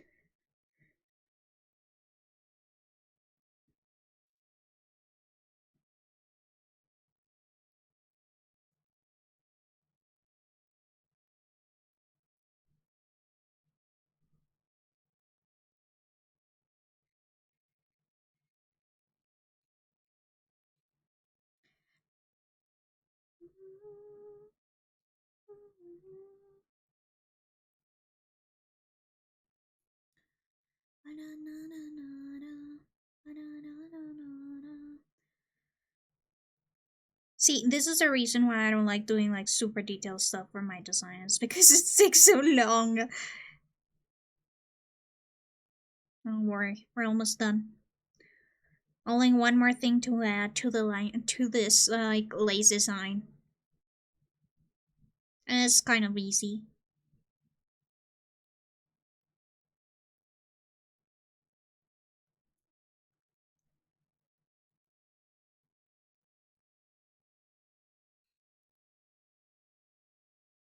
I still haven't told about my dad.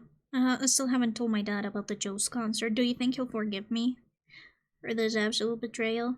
I don't want to make like a little short script about that because I think it would be really funny. But writing short scripts is so difficult. Salu was right.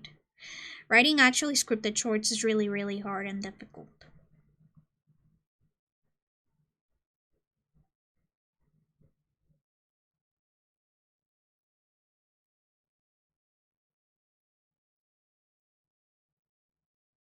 Also, that reminds me, I need to upload a short today.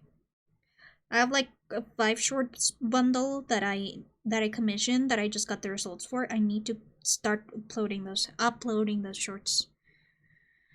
I'm a little bit sad that those shorts are sort of like doing worse than the last one I did, but maybe it's the editing style. Maybe it's the fact that it's a cute anime girl instead of a ghost.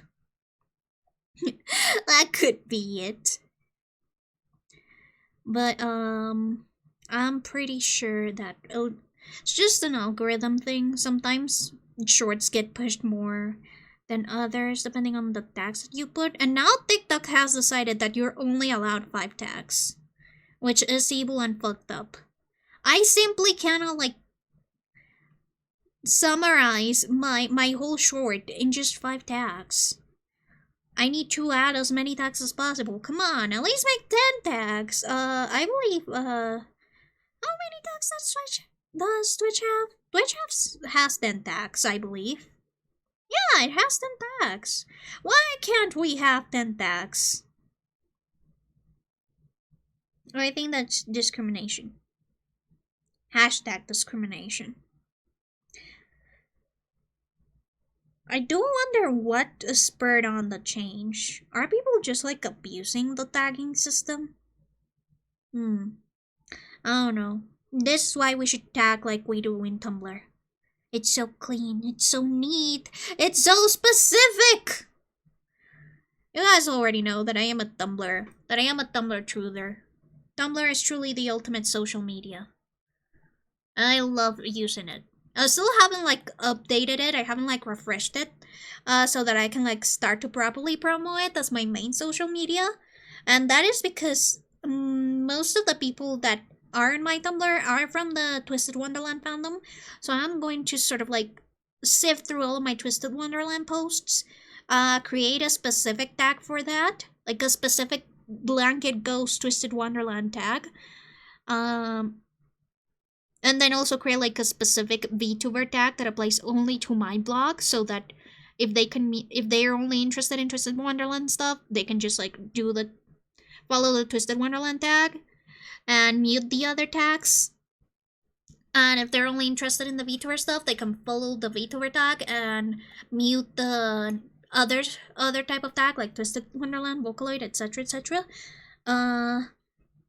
Because that is something that you can do in Tumblr, by the way. You can mute specific tags. So if you like a creator but you don't like the stuff that they post from like a specific series, or maybe if you want to block spoilers for a specific series, that is something that the tagging system helps out with a lot. Yay! Stefan is streaming the Minecraft SMP. I am definitely going to raid out to him then.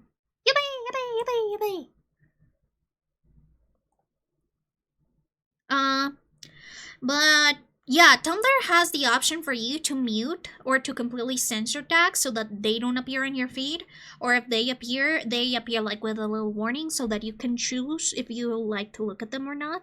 And that is very, very useful, especially because for example, I am very big into like shoujo manga and magical girls, but some of the ships in the older shoujo mangas are very, very problematic. And by problematic, I don't mean like enemies to lovers stuff.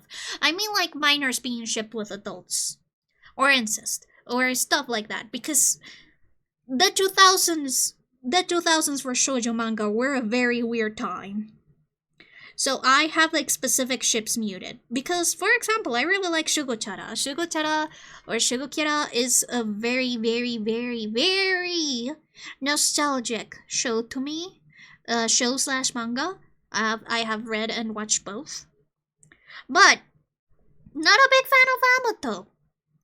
I really don't like their age gap, and I really don't like the relationship that they have. I don't think that it was constructed very well. Same thing with Rimahiko. Rima and Nagihiko. Nagihiko is one of my biggest comfort characters ever. Especially because I was an egg at the time. I was in one of those phases where I was like, do I have a crush on this character because I want them or because I want to be them? Apparently it was both. But either way, a very, very big comfort character of mine, and I really didn't like that their romance route ended up being with the one person that tried to out them for like half of their arc. I just felt like this, I don't know how to say it, but it wasn't really hatred, it wasn't really like anger seeing the ship, it was more like primal fear. Which was very strange. That ship just made me feel like a very deep pit of fear and despair in my stomach that made me really uncomfortable. And it still makes me really uncomfortable up to this day. But much to a lesser extent because now I'm not 10 years old. But yeah, I just have those tags muted. Some people follow those tags, some people have those muted, and that way they can curate their experience to what they like. This is why some people often say that Tumblr is just like a very insular experience, and that is something that they don't like. So like the whole algorithm or discoverability is very bad on Tumblr, but I think that is the reason. It's because it's still from the blogging era where you had to like manually curate your social media. You had to manually curate the content that you consume so that you were able to like form communities. And that is something that not many people are used to have, and they like having stuff recommended to them. And of course, Tumblr does have like sort of like a semi-functional algorithm, but unless you interact with specific tags or specific content creators, you won't be getting a very personalized algorithm. And that is something that people don't like, which is very, very fair. But to me, who is very much in love with the indie internet, with blogging experiences, with carving yourself a little corner of the internet where you can be a little weirdo, a little freak, and do whatever you like, is very appealing to me.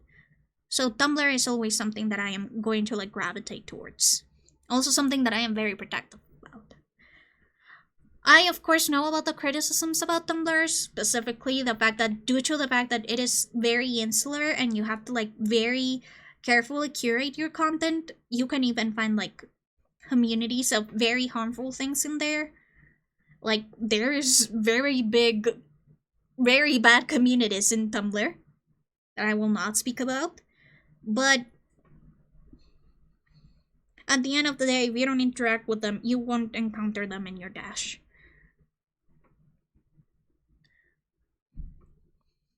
And should Tumblr do something about it? Absolutely.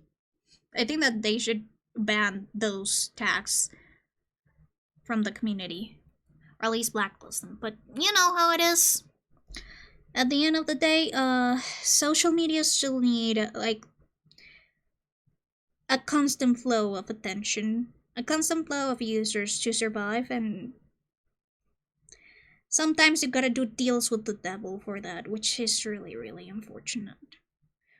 I, of course, have curated my Tumblr so that it is my perfect goblin hole where I barely find something that I don't like, but I do understand that this echo chambery style of social media is not very appealing for some people. I've seen multiple ships that are unspeakable in multiple ways and can never forget them. I did too. This is why I decided I simply pretend not to see. I will not give myself mental damage by continuing to like trying to engage or trying to understand these people, because at the end of the day, I am a random person on the internet, and I am very, very lucky that I will never have to meet them. No, my glasses! My glasses! Also, congratulations for becoming the most bloodthirsty whisperer. You know, I really need to go set up an appointment with my optometrist because some of them were official. Yes, unfortunately. That's why I was talking about Shugokira. Those are official ships, by the way. The ones that I talked about. The Amuto with the age gap, with the very uncomfortable age gap.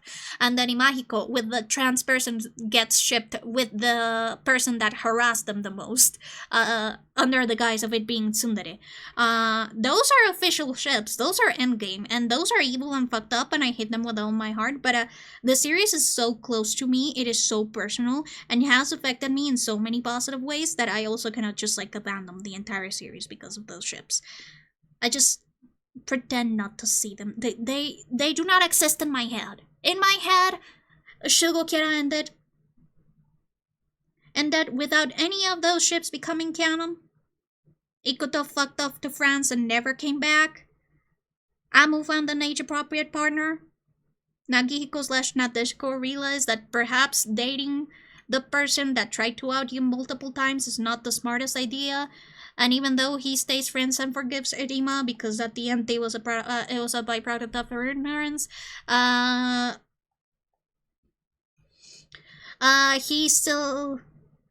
he still or they still, depending on the pronouns that that you're more comfortable with or that you headcanon Gihiko as using more often. Anyways, he finds a community. I don't necessarily want like a romance route for any of the characters. I just think that since they are so young when the series ends, that romance subplots aren't really as important.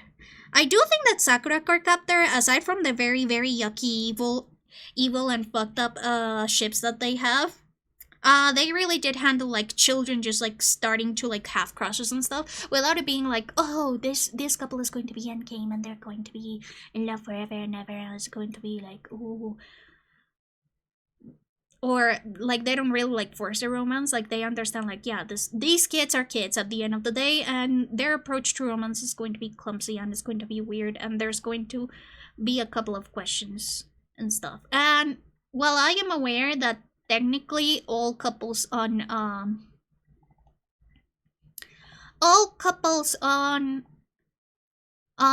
Sakura Card Captor are sort of like soul couples, which is something that Clamp has. It does also like does it so that people are a little bit more like aware of the fact that this is not something that is going to be like super milked for stuff. Oh no, I don't know how to explain it, but I hope that you guys understood it. As you guys may have noticed already, I am not very good with words, but I do like yapping.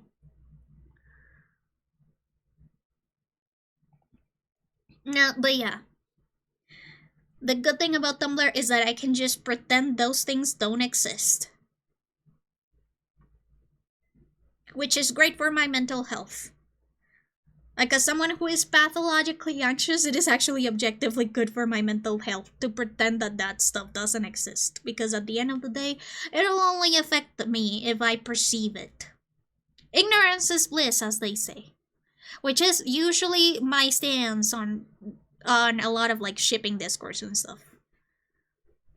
As long as I don't see it, I don't know what it is. I'm sorry. Yeah, I don't know what you're talking about. I'm just a little guy crushing in the trailer internet looking at my blurbles.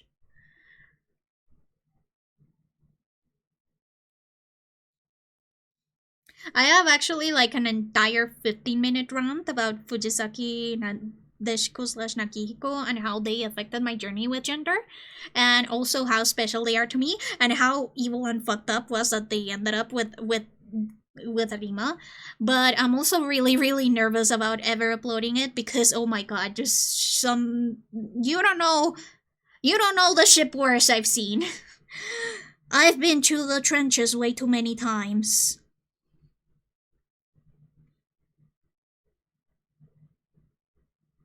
Well, if they're halfway unspeakable, then maybe they should not be spoken about. Maybe it's okay to forget them, to pretend they don't exist. That's what I do. Very good for your health. Again, people might disagree, but people engage in fandom in so many different ways that I am simply not any authority on how you should really engage with it.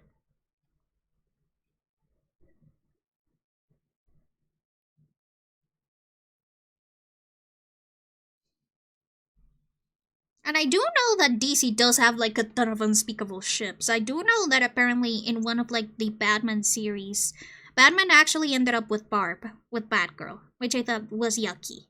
Because, you know, like, I'm pretty sure that Batgirl was sort of like a cigarette child of him, like one of part of the Bat family in a lot of the series versions. And again, there's some like uncomfortable power dynamics, but if I pretend it doesn't exist, then it doesn't exist in my brain. And that's good.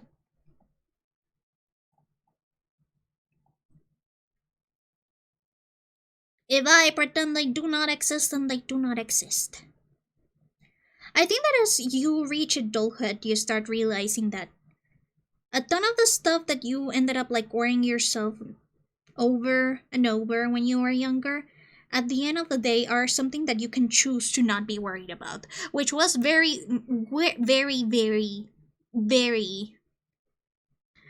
liberating for me. And this wasn't something that I grew out of naturally. I actually needed my therapist to tell me about it, because as you guys know, my sister and I don't have the best relationship because our political inclinations are very different. And that is all I'll say about it. I was getting really upset over the fact that I had to confront my sister, especially because she really wanted to like do business with me. She wanted me to like design some products for her, but I had just recently added a rule that I would not allow any like Trump supporter or right-wing extremists as clients. And I knew that even though my sister didn't vote for Trump, she was in support of some of his policies, and that simply was not something that I could like accept as someone who is queer and as someone who is Latino, which again, something my sister knows, and she's also Latino, so kind of like a race traitor over there. Anyways, my therapist was like, "Hey, your personal relationship with your sister and your political relationship, when you are so far away from each other because we live in entirely different countries, is something that you can choose to worry yourself about over, or you can just live your life without having to like worry yourself about it, because your sister is not worrying about it. She does not think about it. You're the only one who worries about it, and sometimes that amount of empathy is going to be actively harmful to you." I was like, huh, interesting. Very interesting. And she like walked me through it and stuff, and it did really help me with my levels of anxiety with that kind of stuff. And I also realized that, oh, I can also apply that to like fictional stuff, to like my fictional ships and stuff. Being chronically online is bad, and unfortunately, as someone who grew up on the internet and didn't have many real life friends, I would consider myself to be someone that can be sometimes really critically online. Barbara X Bruce, that's what people call a bad sus ships him for all bad family members, and it makes me say, yeah, I also don't really like incest ships. But this is why I am now very happy that I have decided to use the block button liberally, and I think that people should do that more often. I know that in the VTuber era and stuff, people are really like people get really, really upset, or they take a lot into account uh when people block them or people unblock them, etc., etc. But sometimes blocking is just a useful tool. I don't really take blocks personally, because at the end of the day, if they block me, it was for a reason, and I probably wouldn't have wanted to engage with them if they felt strongly enough about me that they wanted to block me. So I am okay with that. I am a very non-confrontational person. But I have seen people calling each other out because, oh, you blocked me? That's so evil and fucked up. Why would you do that? Is it because you have something to say to me? Is it because you hate me? No, it's just because I want to protect my peace and I want to curate my internet experience to something that I enjoy. I don't really need to like have my feed filled with a ton of discourse and a ton of hate that I know I'll feel tempted to contribute to and feel angry about and feel stressed about and worry myself over it until my anxiety levels explode. So I'd rather just keep myself in my little corner of the internet. And I'm sure that since you guys also watch Crony, that's a stance that Crony and I share. Crony also has said that he doesn't really bother himself much with VTuber drama. He doesn't really want to get involved. He doesn't really consume it because it doesn't help with his anxiety. And he also is a very live and let live person. And that is a stance that some people may criticize about him. There's definitely some blind spots that Crony sometimes needs filled up. Because some stuff has happened before. But aside from that, I think that is just a very good philosophy to live with, especially in an internet heavy era where you're just getting so much information at once. Sometimes you just gotta slow down, man.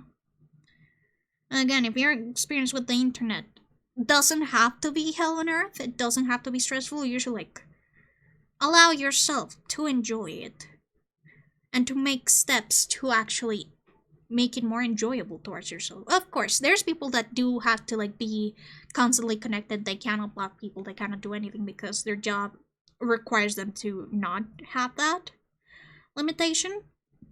But if your job doesn't need to have that, if you are able to use the block button, use it. Very helpful tool.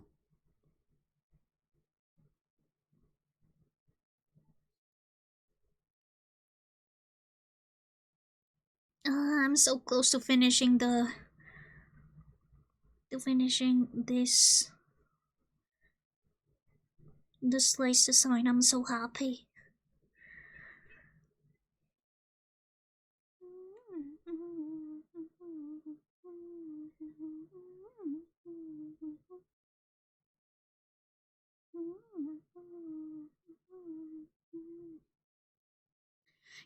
I really like watching art streams when I can.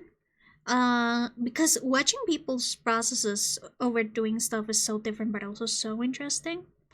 Um, I sometimes cannot catch a lot of art streams from some of my friends that stream at the same time as me, or that stream at the same days as me. Like, for example, Maple and I have very similar stream schedules. Sometimes also my schedules line up with I's, so I'm not able to stay for his streams very long. And also with Buffy. I think that Buffy's schedules have actually worked out so that I have been able to lurk on her streams for a little bit. Same with Chai. Same with us Chai. God, I really need to ask him how to pronounce his name correctly. But I think that with the schedule changes, I'll now be able to watch them more often. But I do really love seeing the differences on how they tackle stuff in their process.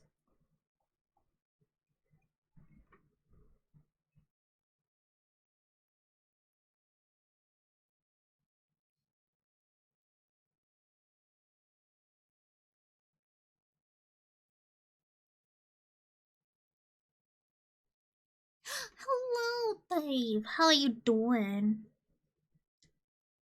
How has it been going? How has your week been?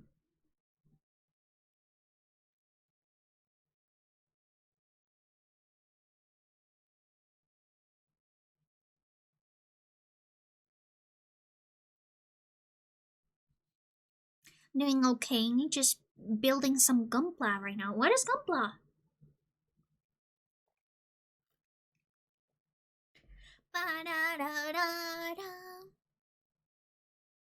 You know, it's so funny. I didn't know that this song was by Selena. So when people, oh, Gundam plastic models, yippee! I hope that you have fun doing that. I really want to like get into building minifigs, or well, not really building minifigs, but more like repainting more stuff. I know that there's like Garage Kit figures, and I have seen some really cool Garage Kit figures that I would love to get my hands into. But also, I'm a little bit worried that I might fuck them up.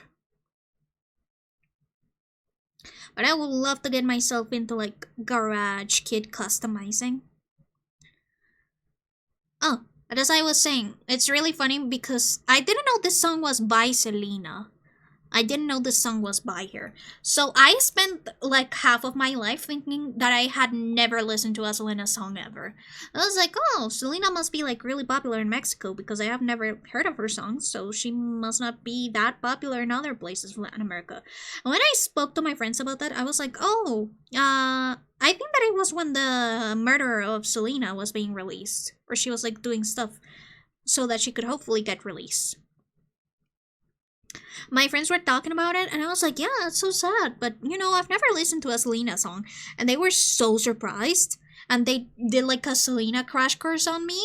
And then they were like, are you sure you haven't heard of a Selena song? Here, let us like give you some Selena songs to listen to. And then they put this song as first, and then I realized, oh my god. Oh my god. Was that Selena? I didn't know about that. Yippee! Blanket, since you're a nostalgia critic fan, what was your favorite review? Oh my gosh, that's such a difficult thing. He has done so many reviews for such a very long time. If I were to say what my favorite nostalgia critic review would be, I think that the one that comes to mind to me the most is the Moulin Rouge. Review, but I also love his Spy Kids reviews and his Shark Boy and Lava Girl reviews. I think that the reason why I like the nostalgia critic Moulin Rouge review is because at the end of the day it really does encapsulate that a movie doesn't have to be good for you to enjoy it, and that is sort of like the lesson that nostalgia critic learns at the end of that review. That sometimes people like movies that are not necessarily good, but it's because they're fun. They're fun. They're a nice experience to have with friends.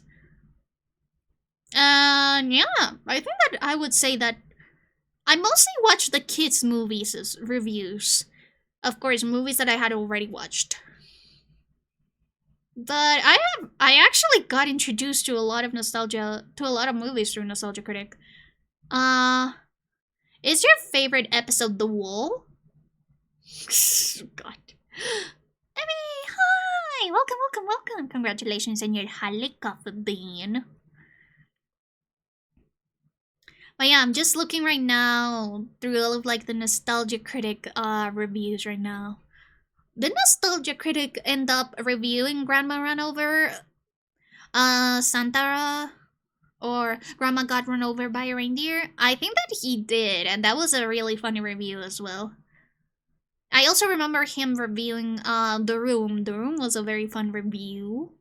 And of course, he also reviewed a ton of like commercials. His commercial series, like nostalgic commercial series, was one of my favorites as well.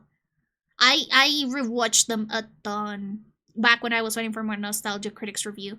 I also really like the Nostalgia Critic It review, but the mini series one. Of course, Their Whistle was the one that introduced me to The Thief and the Cobbler, which is such a tragic story for like what happens with animation. When you don't really get the funds, and you also are so perfectionist, or such a perfectionist that you end up dying without having your dream realized. That was really sad. But honestly, narrowing down my favorite nostalgia critic review can be really, really difficult. Oh my god! Are you gonna watch the Super Bowl? Honestly, I don't know much about the Super Bowl. The only thing that I know about the Super Bowl is the halftime shows, because the halftime shows are the most popular thing, at least here in Colombia. Because, you know, we actually like real football, not the one that you like. You Americans call football.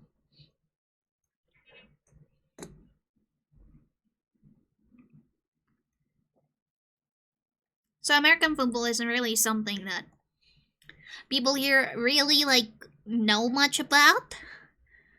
But the halftime shows are usually something that a lot of people here tune into. Is there a super milk and super cereal to go into the Super Bowl? Well, my episode is a Scooby-Doo live action movies. You know what? I actually have so much beef with the Scooby-Doo live action movie reviews because I love those stupid movies. They're such good movies. I'm sorry, Nostalgia Critic, but you're wrong. I mean, the whole thing about Nostalgia Critic is that he is like very snobbish and difficult to please, but still. I'm sorry, Nostalgia Critic. But the live action Scooby-Doo movies are amazing. Also, they somehow managed to encapsulate like the essence of the characters in the live action castings. By the way, did you guys know that Matthew Lillard in the Scooby-Doo live action movies was so good that he actually ended up officially voicing Shaggy for a while? I don't know if he still voices him. Maybe he does, but he did end up taking over Shaggy's voice actor when he retired. Which is a difficult thing to do. Imagine that your portrayal of a character in a live action adaptation is so good that the original voice actor goes like, you know what, man? I think it's time. Oh, he still is! I just like the physical violence with the side of city. So true. I'm pretty sure that my sister will probably watch the Super Bowl because her husband is a very big American football fan. I'm chill with her husband. Her husband's cool. He still is, but he has been recast in a few things. I assume so. Since I don't really watch Scooby-Doo in English. Because, you know, I am Colombian.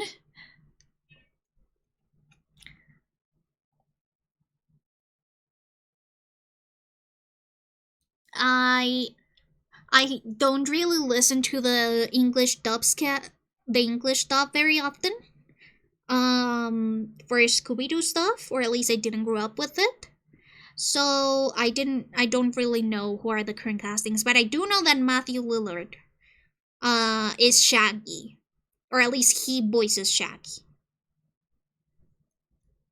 If I recall correctly, Matthew Lillard got his first voice role for Shaggy in the games. Ooh, that's cool. I didn't really have any Scooby-Doo games growing up. I still watch the Nostalgia Critic sometimes nowadays, but my favorite, that's not on his channel. I see. I haven't really tuned into the Nostalgia Critic for a very, very long time.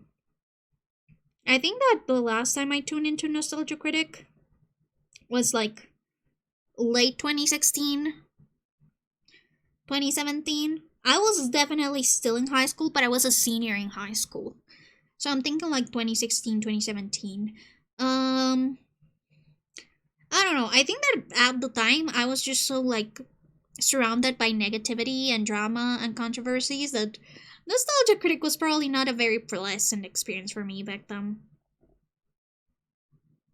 I actually ended up preparing the dead meat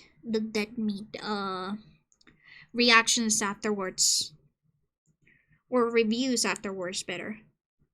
Because again, the Nostalgia Critic has a character, of course it's funny, and you know that it's a character and stuff. But when you are in a very negative mindset, it does become exhausting. So I haven't really watched it since back then. I'll probably check him out. I'll see what movies he has reviewed that I have watched. I think that it also just so happens that going to the cinemas has been something that I haven't really been doing for a while, so there are many movies that I haven't really been interested in watching or watching reviews of. Especially after the pandemic. I used to go to the cinema a lot. Now I haven't ever since the pandemic started.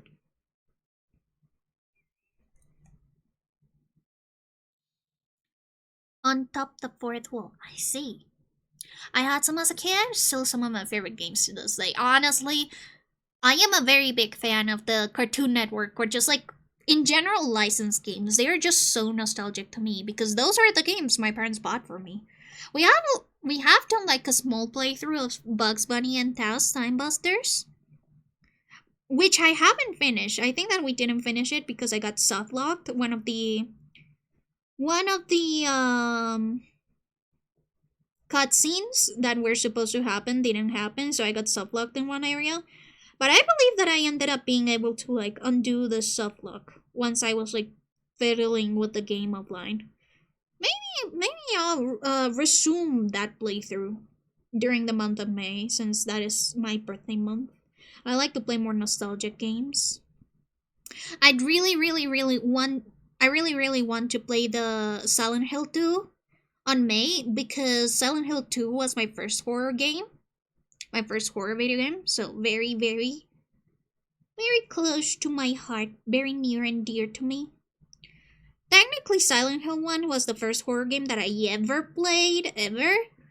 But I only played a section of it while on my cousin's console, so it technically doesn't count. But you know what? I would also really like to just like play the Silent Hill games in chronological order, just like how people do the Resident Evil games in chronological order. I'd also do that. And I think that it would also be very useful because many people do not know what Silent Hill is about. They don't know who Alessa Gillespie is, and that is a crime. It's the only Nostalgia Critic comic review. Ooh.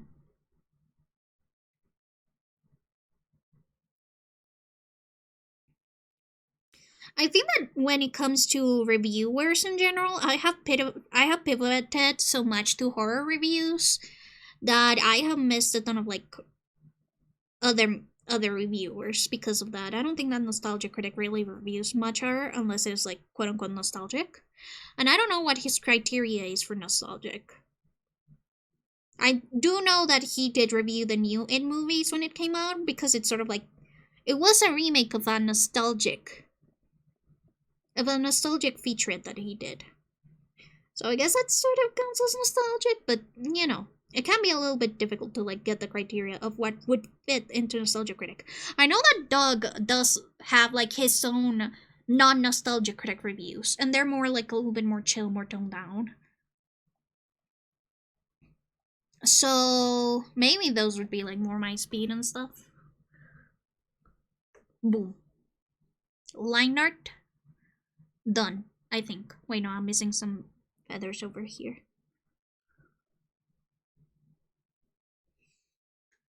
Yeah, look at this. Liner done. Liner done. Yippee! Wait, shit, I forgot about the buttons. Never mind, guys. Line art is back again. We're still line arting. I'm sorry, I know that line art streams are usually probably the most boring type of like drawing streams. I think that people often like doing sketching and rendering streams better. They're usually more fun. But we gotta get through this. We gotta line art. Also, it helps my morale because I don't really like the line art phase that much either.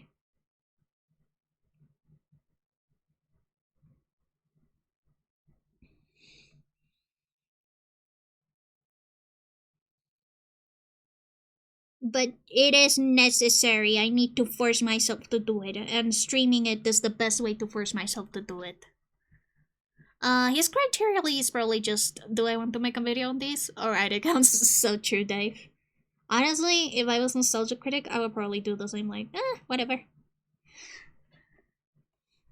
Nostalgia Critic has done some crossovers with on his channel with On Top the Fourth Wall. I don't know who that is, I'm sorry.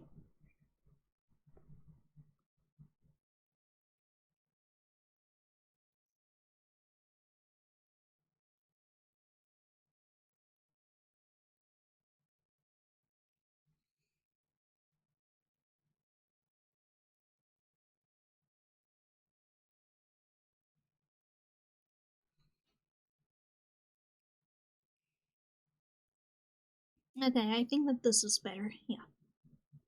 By the way, the Prism model got a 3.0 release, and I have been toying with it. No! No!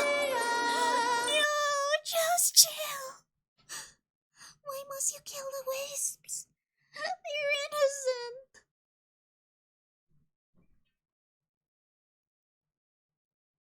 Poor wisps, they have been abused for too long.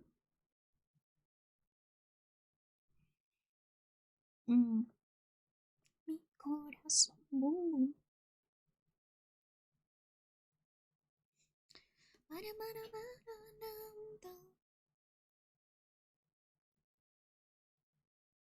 Oh, I should probably on the Minecraft like Discord server. I probably should put like something like stream promo so that people that are streaming the Minecraft server can like put their info there.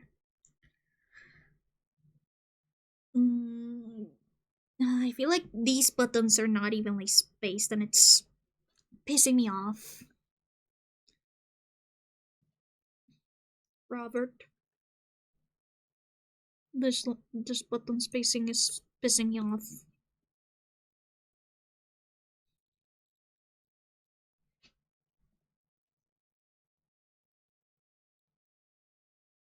Sometimes Flopsy sends me like remixes of the worm. And it's really funny. Did you watch the Alone in the Dark review? Probably not. No, I don't remember that one. Obviously, I can't speak for Dog, but I do know when I review something, the only criteria is like, do I have something I want to say about this? Honestly, that's so fair. I'm not really like a reviewer of anything. I just usually keep my opinions to myself. I am a critic at heart, aka I do like yapping about stuff that I like, and I like giving my critiques and doing like my little mini nostalgia critic episodes in my head. But that is like a pretty good criteria to keep stuff. At the end of the day, keeping a consistent schedule with doing something that is creative, you really need to uh I don't know but gauge your motivation on things, and sometimes keeping that momentum of that motivation up can be really really difficult, especially when you're like a big channel like Ducks that has like schedules and producers and skits. That's stressful as fuck. I really admire stuff like Dead Meat and Nostalgia Critic, and there's um Disturbing Breakdown, because they're still like so passionate about stuff and it shows. And even though they sometimes like change it up, like they change their format to like keep it fresh, it still shows that they're having fun about that, and that is something that can be very very difficult, especially when you have been doing stuff for years now. I'm pretty sure that both Critic and Dead Meat have been doing this stuff for over a decade, definitely, like 100%. Wait! Oh, this is Kenji Plays. Kenji just uploaded a new video, as well as Charlie. Yeah, I get it. Hi, just still,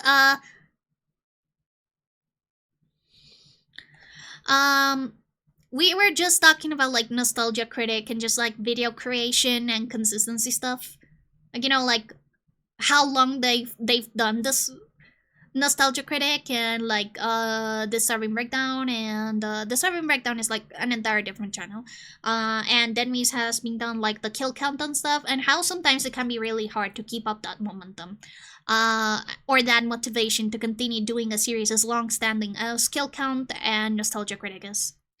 Sure, it's kind of weird that I think some ways it would be easier and others harder. Like, when you get to the point, it's easier since you know how you like to talk and write about something, but also when it's a job, it's hard to be motivated and come from a place of creativity. That is true, and I think that what actually trips me up the most is just the keeping up with a schedule. Like, you gotta schedule. I believe that Kill Count has a video every week. I don't know what Doug's schedule is right now because, again, I haven't seen him for a while. I haven't watched him for a while. But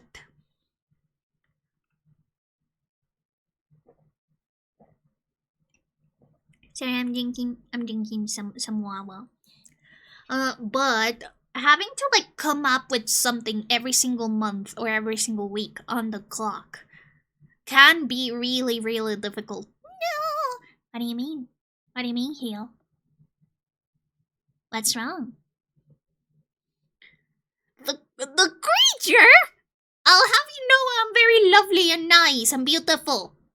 And I like to spread love and happiness. How dare you? Ma, let's ban this guy. Ban this guy immediately.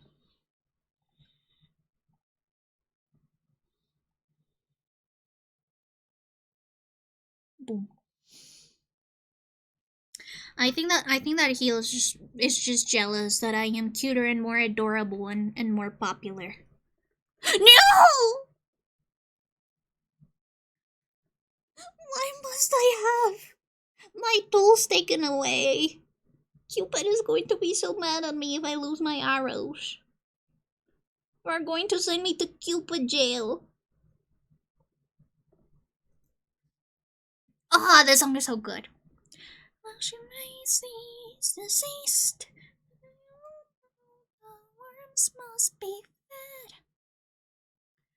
There's just one lingering fear. Feet!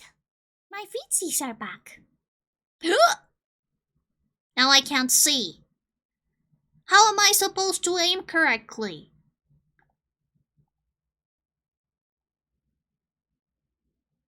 How am I supposed to aim correctly if I can't see? That's so evil and rude and mean.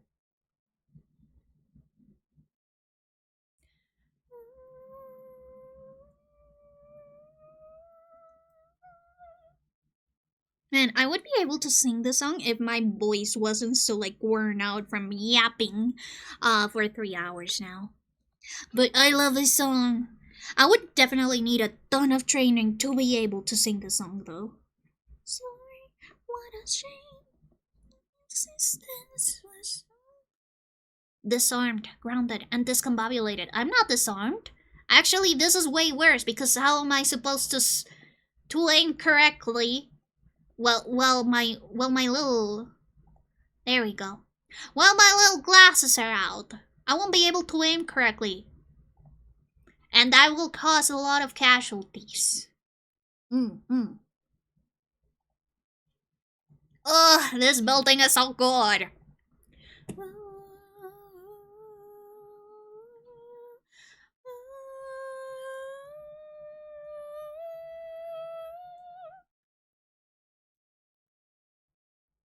Ugh, this high note is just heavenly.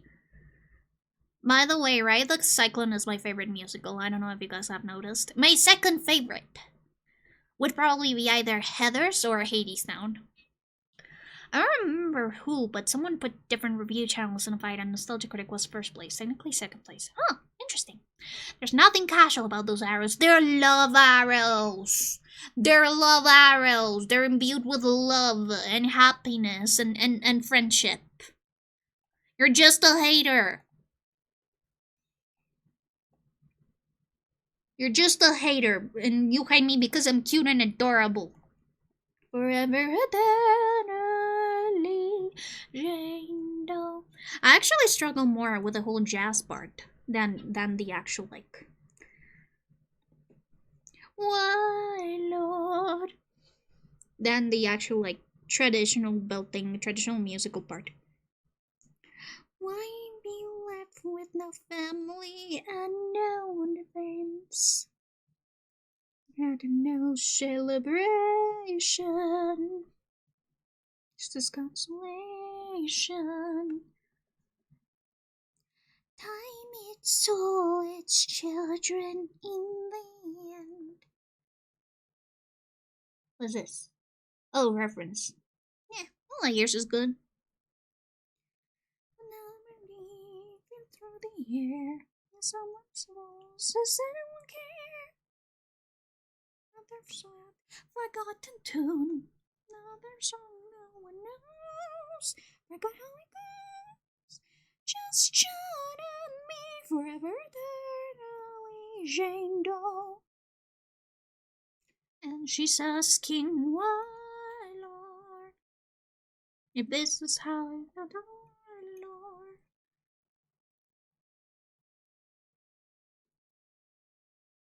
Tells me who I am. Ugh, this song is so good. Guys, watch Ride the Cyclone. Watch the slime tutorial if you're able to, because I'm pretty sure there isn't like any like shows right now.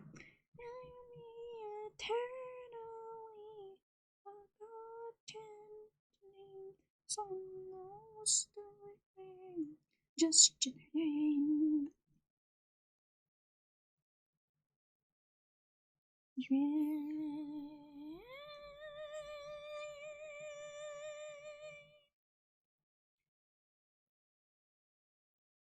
oh, that high note. So good. I love this stupid recording. It's so good.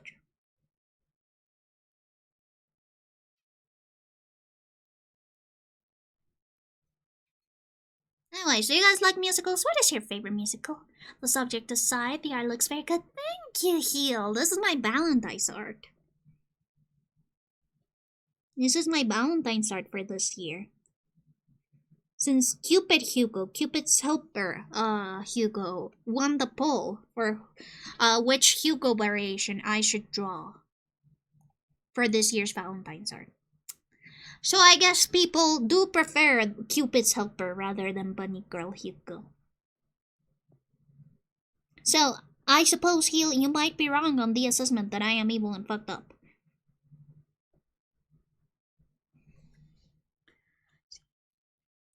Favorite musical? Probably Avenue Q. That's a good choice. Also, thank you so much for the 3 stream streak. Yep, bye!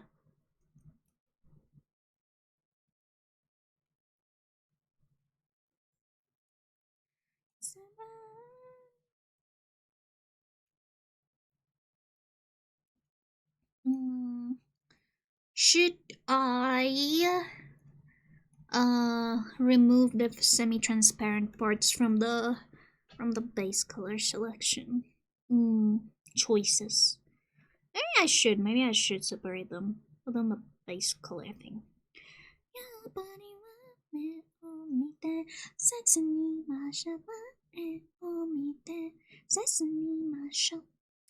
You know what one of my dreams would be?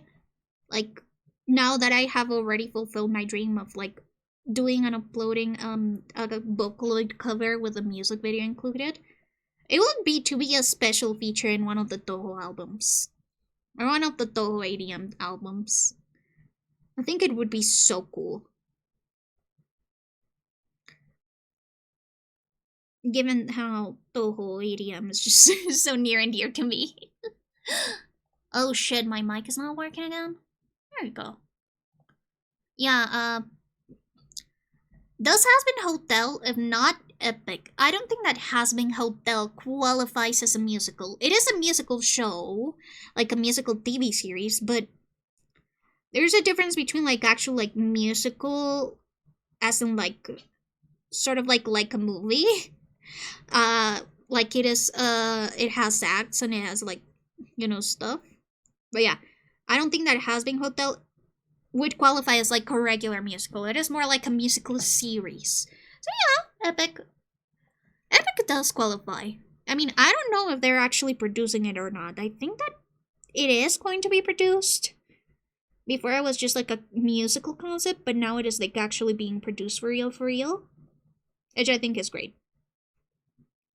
It really does come to show how, in the end, creative people on the internet can still band together to create wonderful things.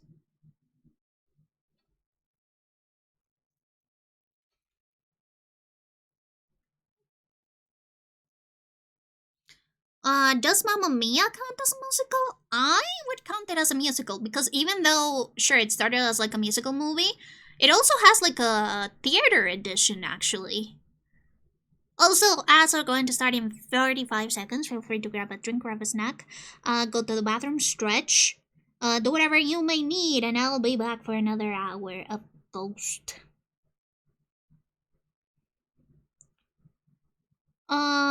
But yeah, I think that Mamma Mia would count. And Mamma Mia is a great musical, by the way. I love it.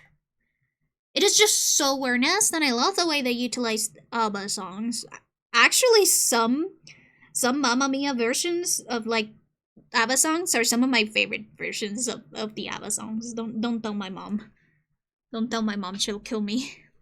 But yeah, I would say that Mamma Mia qualifies as like a musical.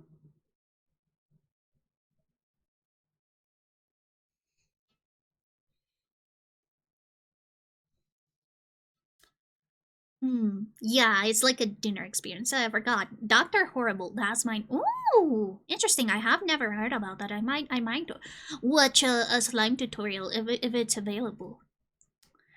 As you guys have already like noticed, my musicals, like my favorite musicals, are usually like very death related.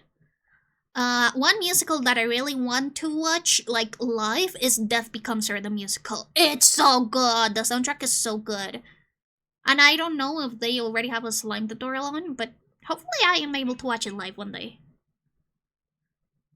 But I think that the original Broadway cast is no longer available. Like, they're no longer doing rounds. Which is sad. I still am trying to convince Crony to listen to the Death Becomes Her musical because I think that he will love it. Especially because one of the songs mentions Semprek. Very important to keep Crony engaged.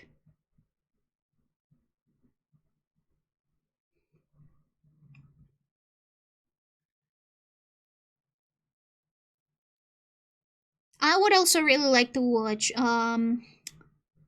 Rocky Horror, which is a classic. I don't know why I haven't watched it exactly. Maybe I just always forget whenever I say like, "Oh, I'm going to watch Rocky Horror," and I never watch it. But I definitely need to watch Rocky Horror. It is such like a quintessential musical experience. I need to watch it. I also really want to watch Little Shop of Horrors because I have been obsessed with the Feed Me Seymour song. He'll know. Poor Heel, stuck in that jail. If only, if only they were subscribed to the Blanket Ghost channel, they wouldn't have this problem. Mm. Ads. Adam, the yippee! Hi, Adam. I love you. I love Adam. I hope that she's living her best life after she has escaped from Salu. Maybe she'll come back one day. Ugh, I miss her. I threw up again, so I'm go shower. No! Go shower. I'm so sorry that you had to throw up. It's evil and fucked up. People shouldn't endure the pain of throwing up. That reminds me, have I ever told you guys that since I have a little deviated septum, like my septum is a little bit deviated. Um Actually, when I throw up, some of the peak gets to my nostrils, and I actually can also throw up through my nose. Well, if you didn't know, now you know, and you have to live with that knowledge forever. But yeah, I hate throwing up so much because of that. Like, obviously, throwing up isn't a pleasant experience either way, but that is my main reason why I hate throwing up ever. It's because it also comes through my nose, and it's awful. I can taste it, I can smell it, it feels weird, and also since it's stomach acids, then the mucus of my nose gets really irritated. I think that I am too cute to have to throw up. Throwing up should be banned. Not allowed anymore. Because it makes me sad. And that's why I instinctively cry when I throw up. Because it's just really uncomfortable. Sometimes horrible people make good at. Yeah, that is very unfortunate. Like, for example, Picasso. Salvador Dali.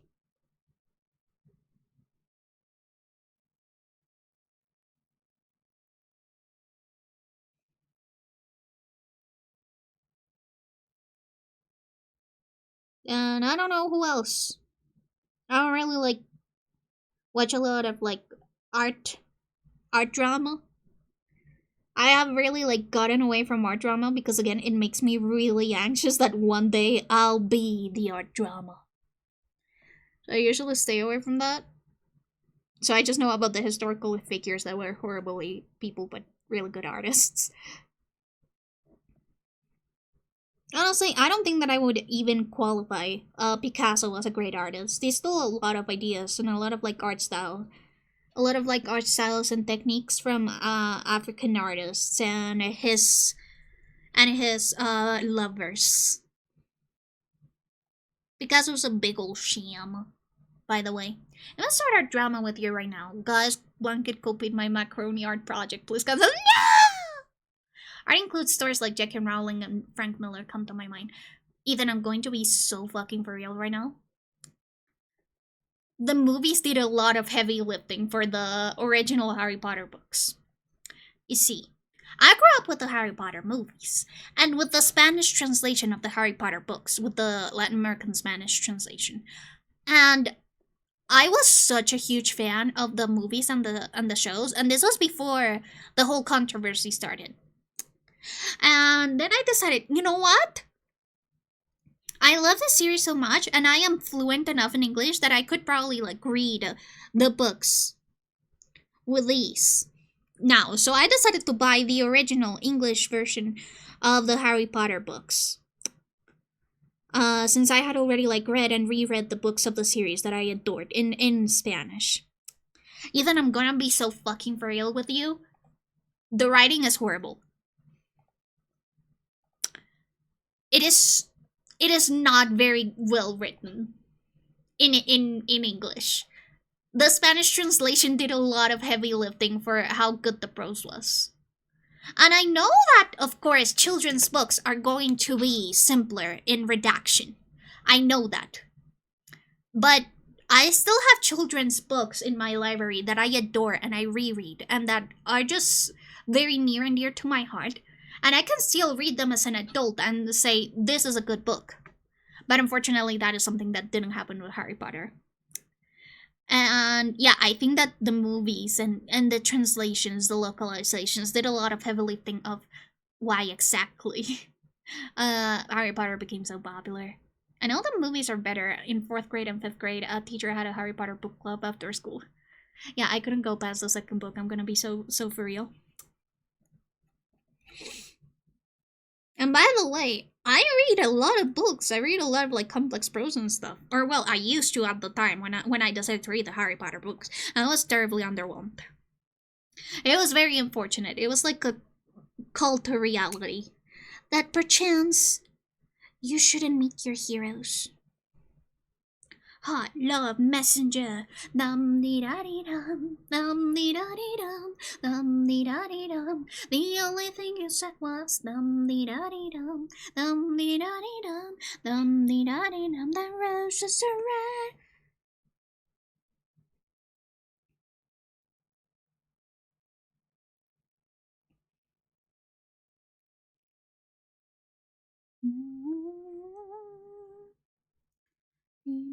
Baby, fulfill my wish. Show it to me truly, show me with a kiss. Roses are red and violets are blue. Honey, sweet, but not as sweet as you.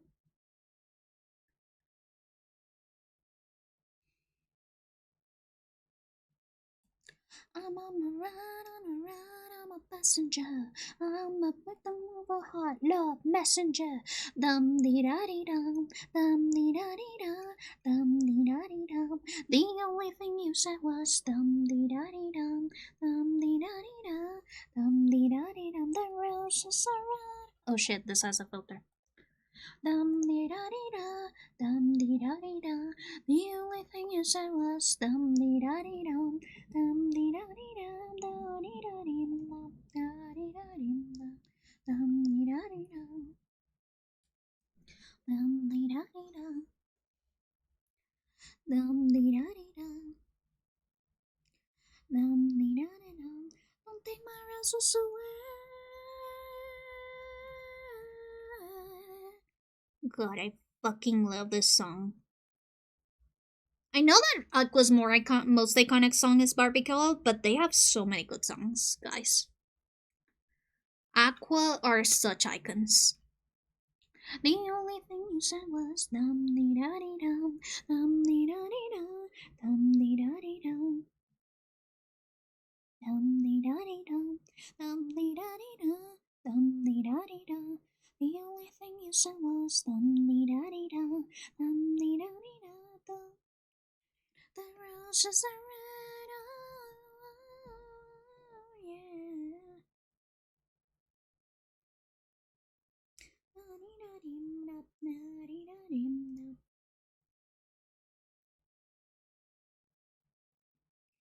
I think that maybe we should be able to at least render the skin tonight.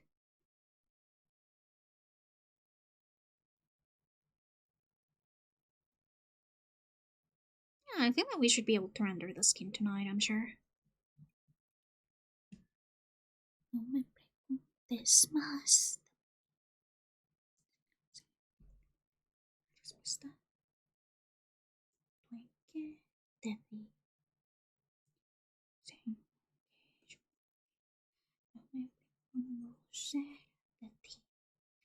Una víctima casi perfecta, yo te pongo ser de ti. Un volcán hoy del amor es una como. By the way, I am surprised that not many people know that many Shakira songs. Será cuestión de acertarme, hoy empiezo a entender. Despacio, despacio, las manos no usábamos desde antes de nacer.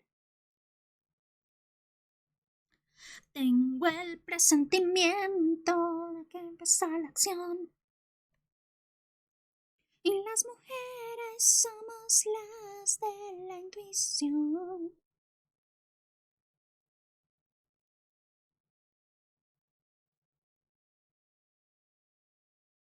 Yeah, but I am surprised that not many people know about like the old Shakira songs because they're not in English. Shaking my head. They only know about Hips Don't Lie, but she has so many iconic songs.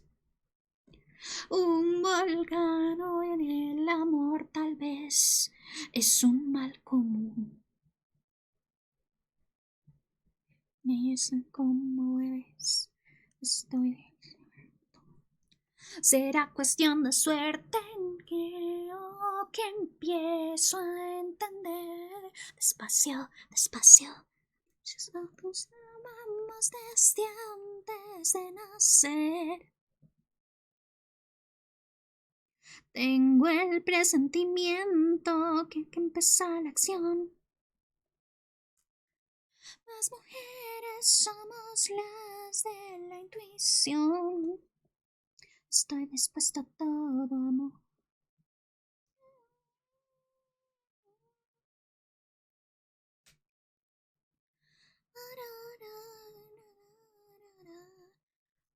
I love Spanish music and the language, but I hated my third Spanish class in high school. Oh, god damn it. Yeah, that sometimes happens. Despacio, despacio. Nos deseábamos desde antes de nacer. Tengo el presentimiento de que empieza la acción. Y las mujeres somos las de la intuición. Las de la intuición.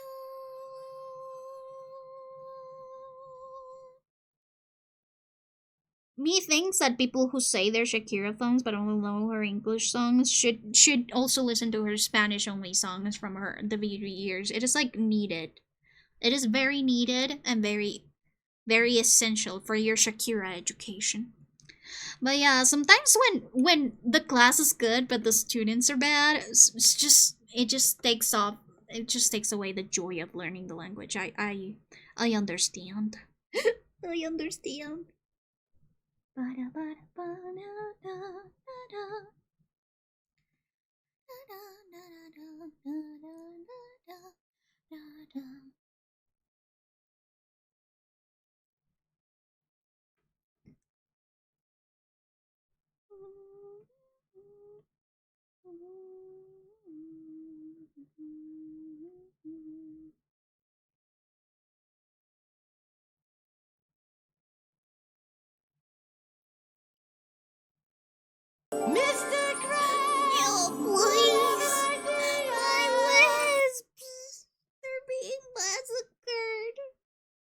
this is so cruel and unusual. Why must my wisps suffer in this way? I'm calling the police. I'm going to remove that dog so that people don't torture my wisps for fun.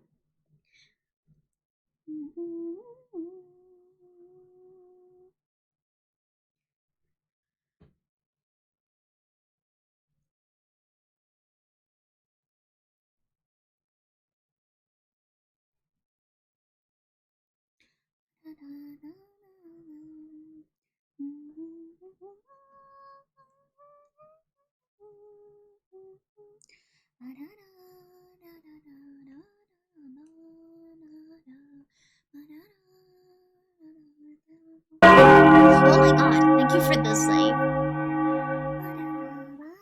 I'm sick, I need to see blood. No, you don't need to see blood. Actually, when you're sick, it is very recommended that you don't see blood. If you do, please go see a doctor.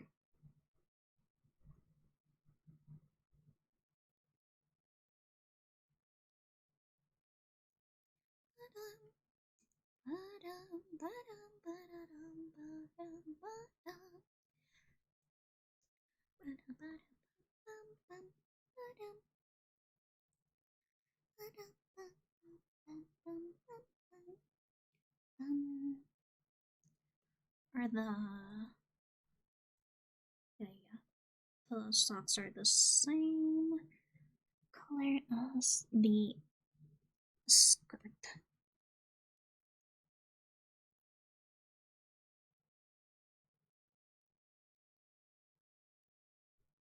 By the way, so if you guys haven't seen it, this song is the one that I use for my Bottle Miku speed paint, still available on my YouTube. A Blanca Ghost. I threw up already and a little blood wouldn't hurt the wasp. Yes, it would! They're so in pain. That's so mean. Also, heavy congratulations on being the most bloodthirsty wisp ever. You guys are so mean and evil and fucked up to my wisps. I feel so bad for them.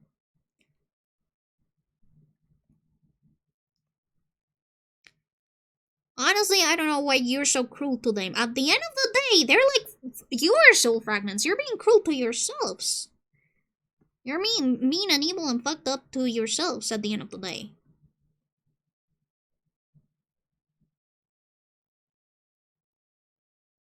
This is like masochism and sadism at the same time. Also, by the way, the reason why I'm just like sloppily adding color to everything is because it's way easier than actually carefully adding every single color by hand. The cleanup process is like way easier than doing it the other way around.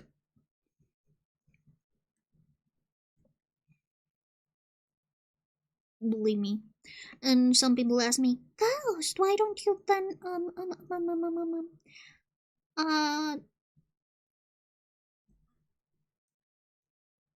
select everything and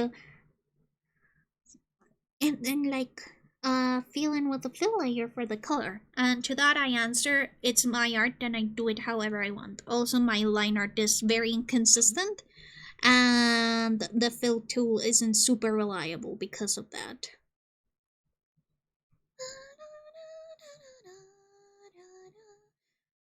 Like, I'll definitely use it when it's like a surface fill like this, so just filling up the areas that are going to be colored. That I can do, but as you can see, it isn't even like super reliable because I have the semi-transparent layers that I have to care about. That won't be filled until like I'm working on them.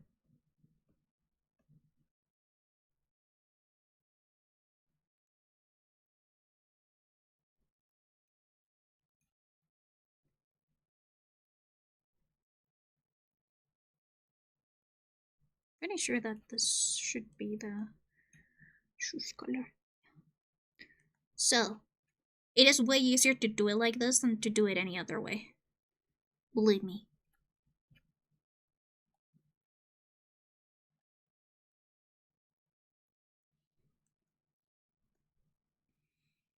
Frida is looking at me with the most beautiful face ever.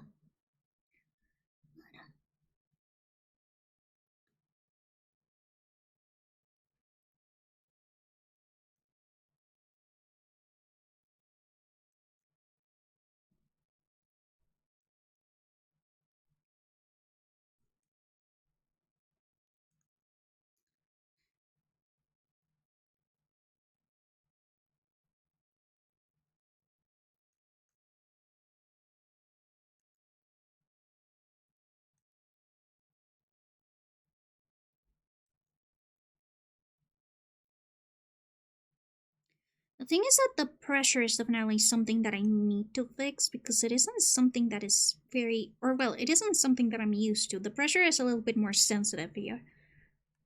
I should probably like do more exercises, more pressure exercises to control the pressure in these brushes. But also I'm lazy, you see.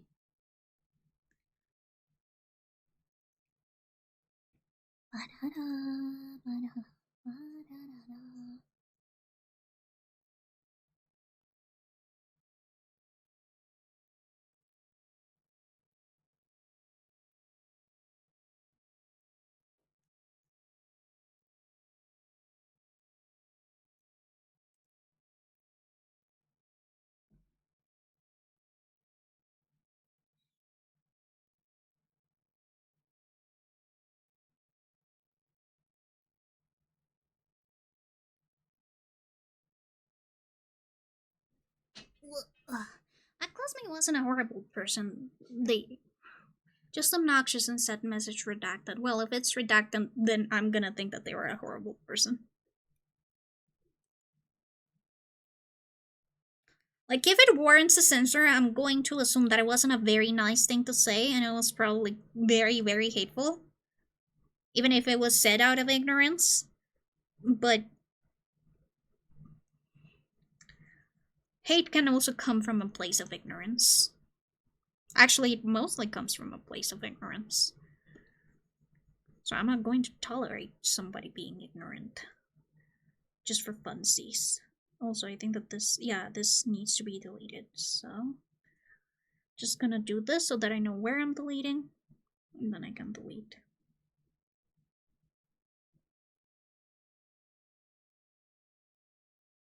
There we go.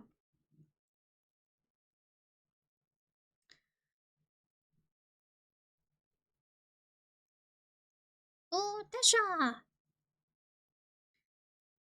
But yeah, as you can see, even surface shading isn't super reliable depending on how you draw.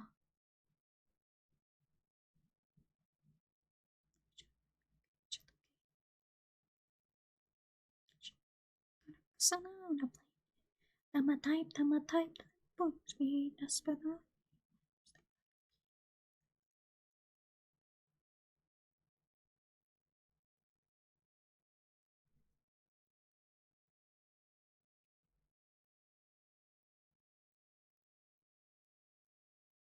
Baby, wanna get crazy. Shawty, take it slow, then chatty.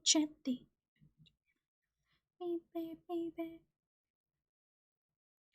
Let me see it. I just wanna be you. Baby, let me see it. I just wanna read it. Oh, baby, let me see it. I just wanna read it. The song is so good. So good, in fact, that Jason Derulo wanted to feature on it. So there's a version with Jason Derulo.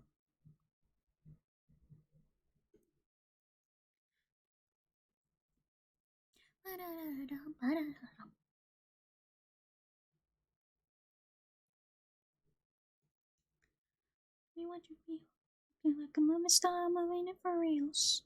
Still looking like a whole meal. Bottom heels, ice cream, like buddy. She must bad. She might be one of stunning.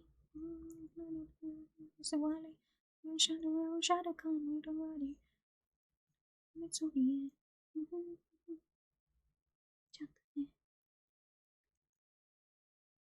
wanna see it. Baby, let me see it. Oh, I'm trying to eat it. Baby. Jalebi, baby. Jalebi. Baby, let me see it.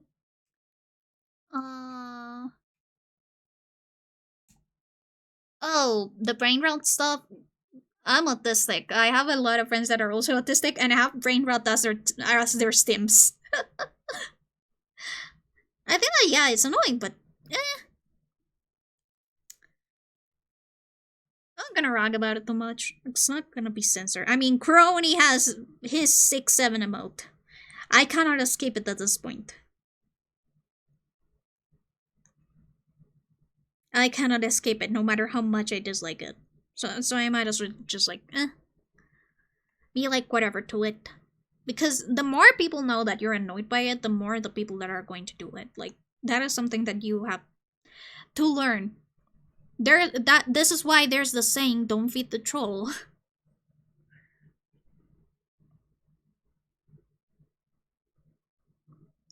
Where have you gone? What have you become?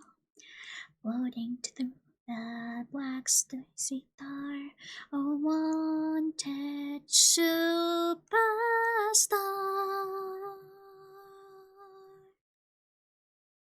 But who cares? We'll a new planet with flair, new faces to greet, and bass grabs your feet. New hoops, new look, and hands to shake, and he'll finish it off with a dance. Now for payment, he'll eat some of your crops, a mom and a friend, so it will be alright in the air. I want to sing myself, but I just don't want to say that crap. Mercedes, a shooting star, was the spacey black car. His hopes and dreams and teardrops lost in the magical place, but the warm home of red and freshly cut crops.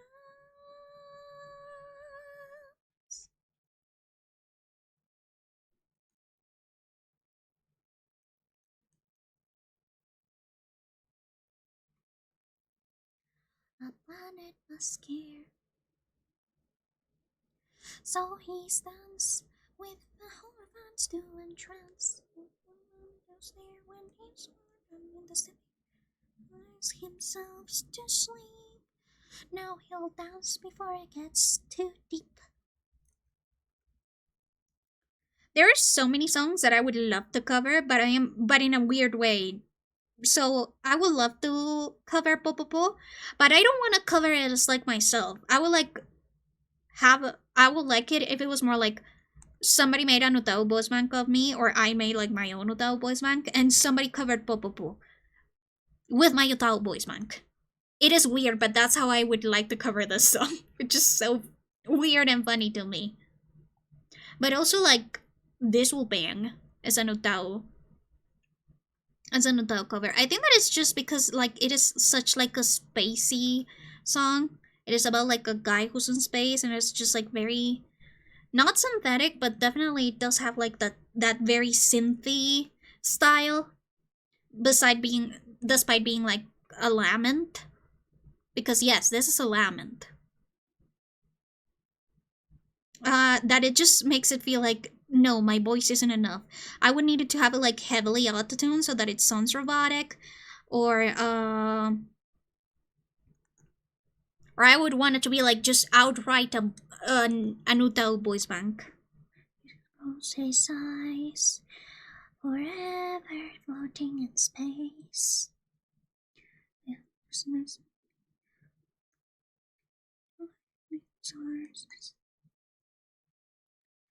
Oh, bo, bo, bo, oh, bo, bo, bo, dancing in his dreams. Oh, bo, bo, bo, oh, bo, bo, bo, happiness is real.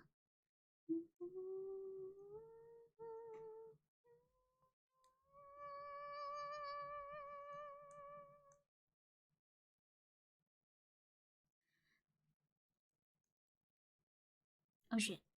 Alas, he's a shooting star, sinking in the spacey black car, with hopes and dreams and teardrops lost in a magical slips with a warm home, a friend, and freshly cut crops.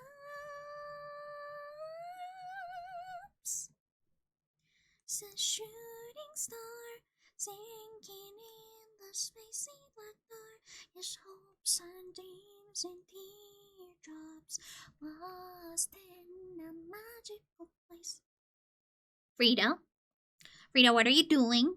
No, my water is not yours to drink, miss.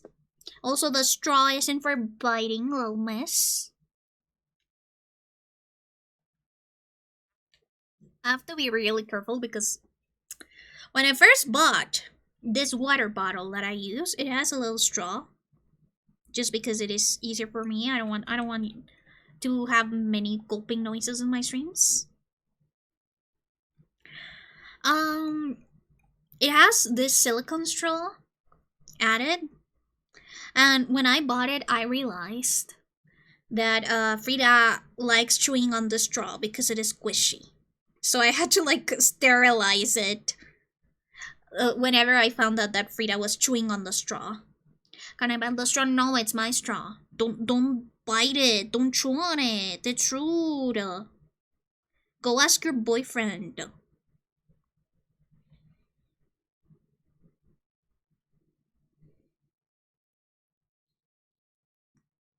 The reason why I'm asexual is because I'm very possessive of my items. It's my items. If they're mine, you cannot use them because they're mine. This is why I'm lucky that I'm asexual, because if I had a partner, that would be like a legit issue. But since I am asexual, I completely am free of that issue.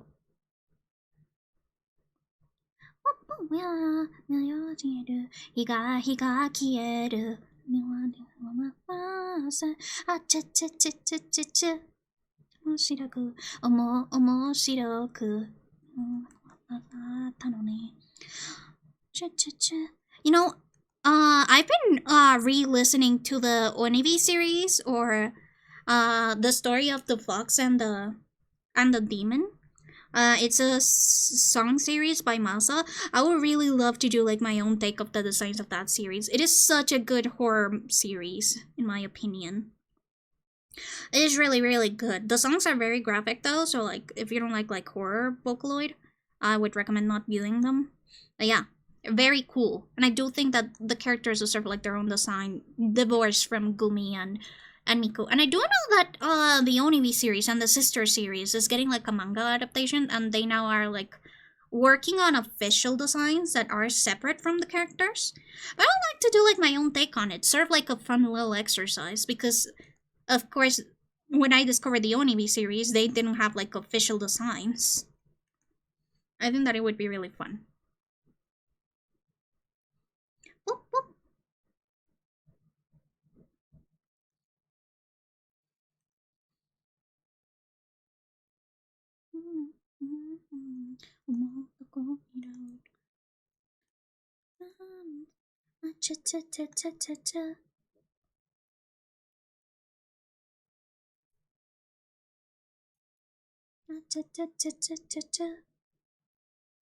My boyfriend gonna say no because it's bad to bite. See? Perhaps you should listen to your boyfriend and not bite my stuff. Frida, do you hear that? She's half asleep. And I wish I could fall asleep as easily as Frida. Papa. Papa. Wow.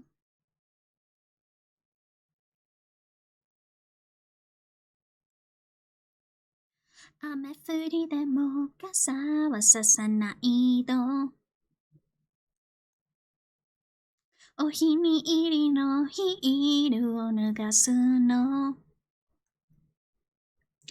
何気ないような日常が今ほら変わりたいと藍色に染まり出す水たまりに映る1秒間ただ一度この目で見てみたいだけなの世界が回るのそこのおあげで Darth blacks the lies. What do you mean? What do you mean by that? Darth Vader? Darth Maul? Which one out of all of the Darths? Saturday のずっと続いてるきっと進んでるもっと愛してる君だいそうな転んで仲良きだってそうやってまた今日も巡り合えてる He's a different Sith Lord. Darth blacks the wise. Ooh. 調子咲く見てみないふりなくはなくパッパラダダダパッパパパパ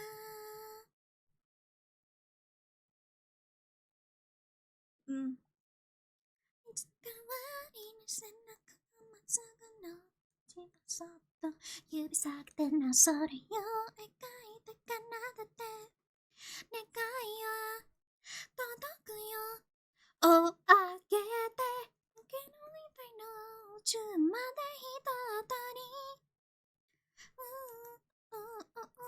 食べた星の先目の会えないけどそれでいいのずっと進いでくきっと進んでるもっと愛してる君だそんななくなって何回起きたってそうやってまた今日も送り合えてゆく照らしてブルーム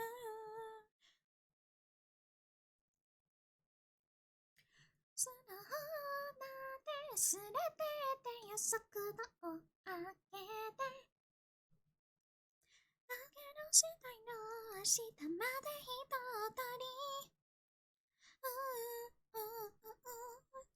誰もだけもいないけどそれでいいのずっと続いてくきっと進んでるもっと愛してる君だそれつんで何回起きたってそうやってまた今日も巡り合えてゆく思い合ってゆくこれからずっと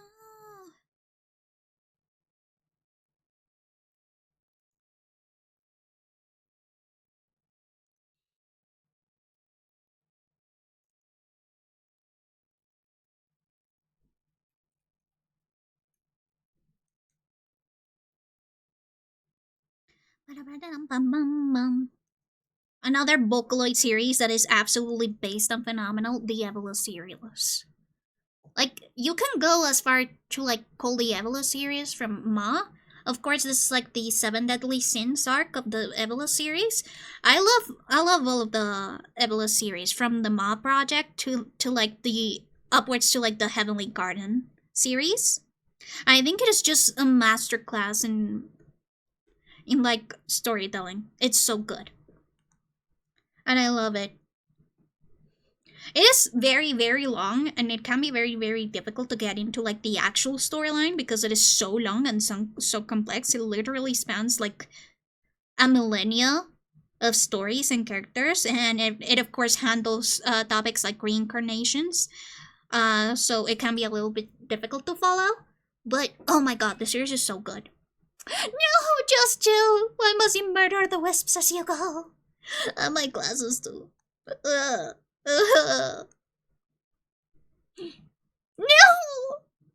I'm being stripped. You guys are stripping me apart. This is so mean and evil and fucked up. I hate you guys. This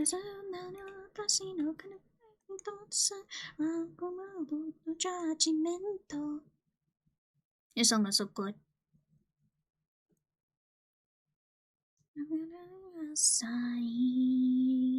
Bum, bum.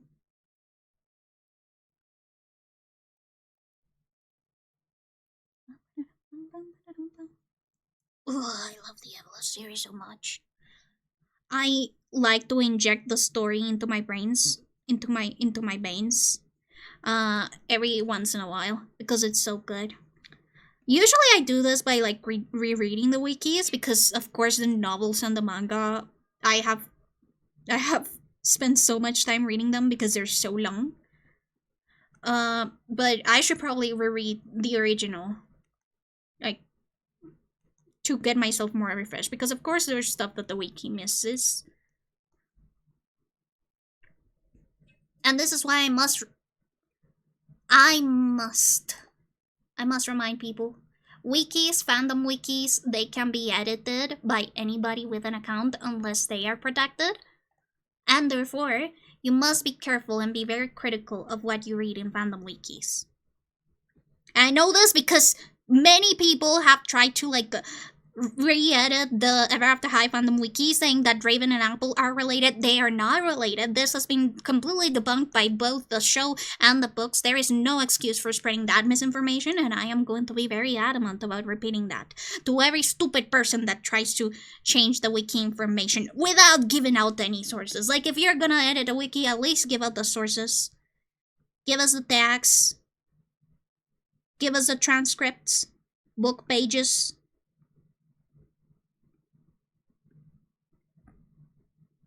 I am very serious about the categorization of Ever After High characters and the lore. Which reminds me, I should probably finish reading Legend of Shadow High. That is the only Ever After High book that I have not finished reading. But I probably should. I think that is because it started with Monster High, and I'm not as big of a Monster High fan as I am Ever After High. But I should probably do that.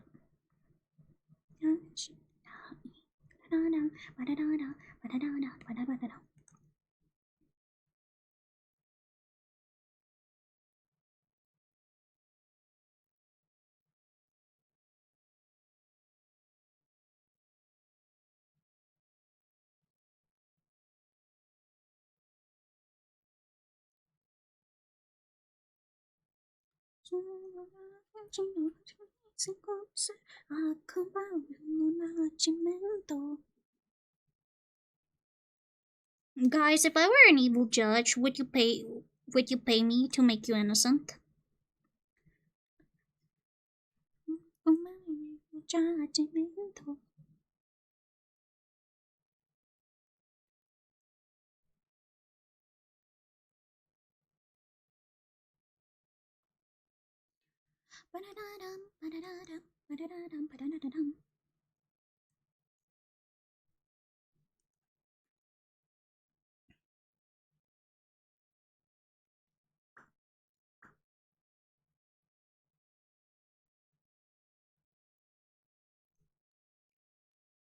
Out there, you just chill. I will hold this grudge forever. Just so you know. I'll never forgive you.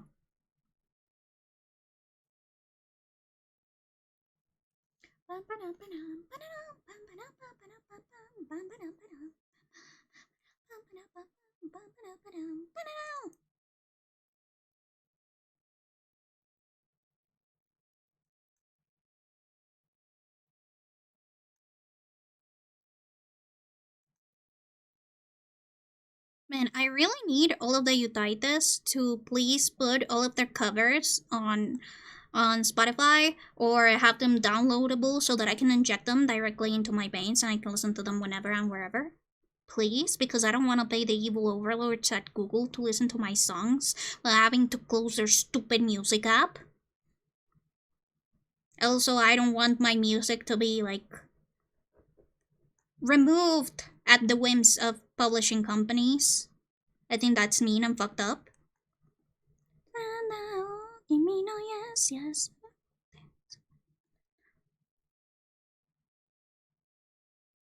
And also, I would be so happy if Bandcamp became more popularized because I would love to buy the albums, like the digital albums, and have them downloaded. I actually, like for the non-Japanese, Toho Dojin circle groups that do EDM albums or that they do just like regular cover albums of different genres. I usually buy their albums on Bandcamp. I have them downloaded and I inject them into my brain cells so that I can enjoy them forever and ever. I've been really tempted to buy an old school iPod so that I can just like hold my music there. Or just like an old school MP3. Oh, I miss my MP3. I used to have like the nano MP3 player. That was super small. It was pocket sized, and I love that thing to death. I don't know what happened to it. I'm pretty sure that I probably lost it due to the fact that it was tiny. But still, that is such a good device. I love it. And I wish I still had it so that I could put all of my MP3 music in there. Obviously, all of it downloaded legally. and bought through the appropriate avenues. Obviously. I mean, as long as they have appropriate avenues, because if they don't have the appropriate avenues, then how am I supposed to buy it? I mean, I have no option. No option whatsoever. By the way, before you guys ask, the Bite Me song by Creepy and Ayesha Erotica, I bought it on Bandcamp because it wasn't available on Spotify, and I treasure that song. It is so good. It's so good, guys. Listen to Creepy and Ayesha Erotica, please, please, please, please, please, please, please, please, pretty please, with a cherry on top. And I did. You know, I wonder how the whole like dealings with commercial rights and licensing works with like cover artists. Like for example, Amelie, she has released like a ton of cover albums. I wonder how like the rights go, like how rights go for covers like that, for cover albums specifically. Like, do they have to talk to the companies that own the specific songs and stuff? Do they make their own instrumentals? Like at one point, does that come into like fair use? And what other point do people like have to like contact companies and talk to representatives about like licensing rights and stuff? That's something that I've always found like very interesting about people that release their covers as like purchasable items. Of course, my Jupiter cover, by the way, I do have a cover of the song Jupiter by Bill. I work really hard on it. If you like to see it, here it is. It is exclamation point cover. I work really hard on it, and I would be really, really interested. If you guys would like to like give it a watch and give it a like, I would really appreciate it, and it would help me out a lot in the YouTube algorithm, which is really mean and evil. Yeah, that's something that I was wondering about when I was doing like my Jupiter cover. Like, how does reproduction work? Because it is technically a reproduction. How does that like work for CD and album releases, and not only digital releases but also physical releases? Because back in my day, you had to also pay for like different digital rights and physical rights. They were different things because, you know, the internet wasn't as like widespread and digital products weren't really like super like trusted back in the day. Still remember that I had to walk my mom through like what was Vocaloid and how to use it, and how it was like totally super legit, so that she would lend me her credit card and I could buy the voice bank for myself and the program for myself back in the old days, because of course online purchases weren't as commonplace. And now I have to tell her to not buy stuff from Temu because it doesn't have the most ethical practices. And it is not very environmentally friendly. How the tables have tabled. But yeah. I have always been curious about that. Like, if I ever were to release an album like that, I probably want them was like until like maybe I have like a ton of songs and like a ton of people interested on it, but you know, a hypothetical that I sort of like think about sometimes. How would that like pan out?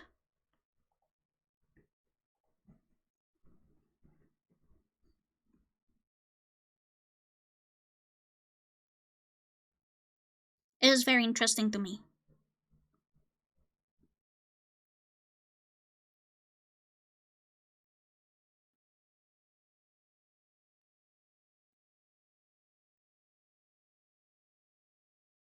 I don't think that we will be able to get into rendering on this stream.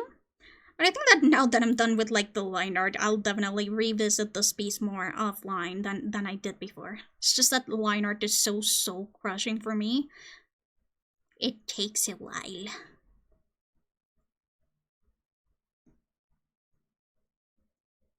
Truly, line art is the enemy of all time.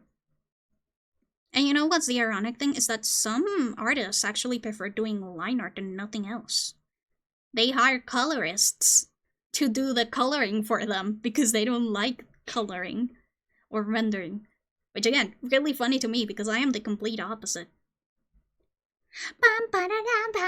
What do y'all know about Ikisagure? What do y'all know about it? My girls, Ikisagure idols. Ikisagure girls.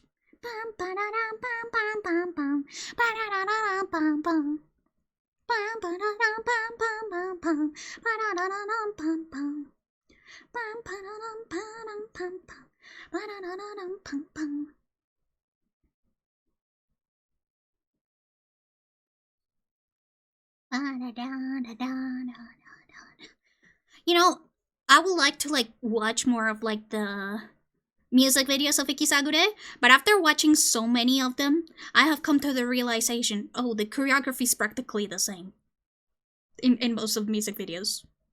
I thought that was really funny. I think that Ikisagure doesn't use MMD, but they do have like a very MMD-ish feel to them. I don't know. I just love Ikisagure. They're such a cool concept, and their songs low-key bang. Like, they're low-key the most bangiest of all time. And they're iconic. I am so glad that he sort of got like this resurgence with this song. Because it is really good. I love like high-key chaotic songs like this. I mean, you guys probably would have already noticed since I talked about the Onimi series, which has also very chaotic, very like high-tempo songs like this. My glasses. I'm blind. That's so mean. Yeah, these are all of the semi-transparent parts. This is why I was like deciding about whether or not I should like color them individually or not. But before I do this, I'm gonna have to do something first, which will help me out a ton.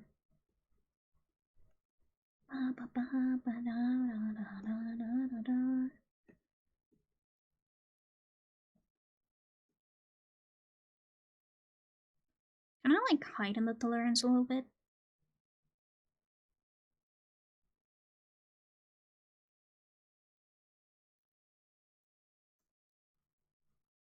Oh, I can also do like drawing. Great.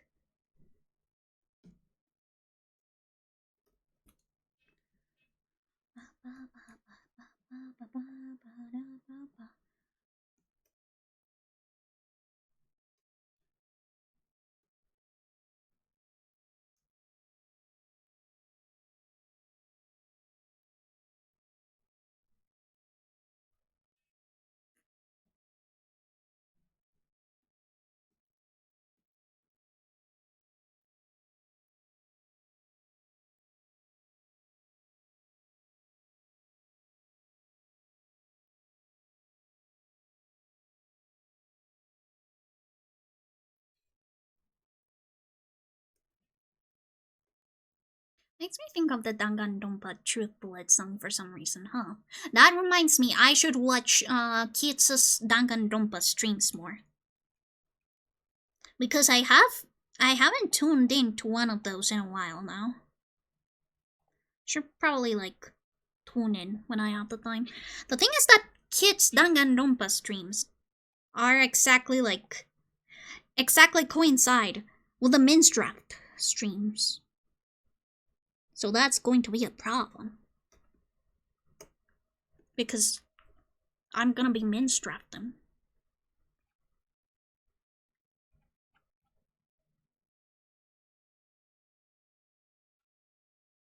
Okay. I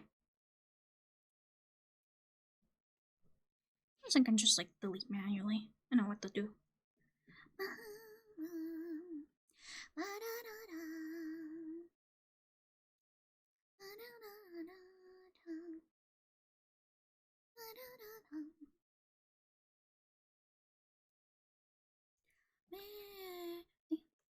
Mis ganas de llorar si nunca fuiste mío. No sucederá. Suspiros transparente.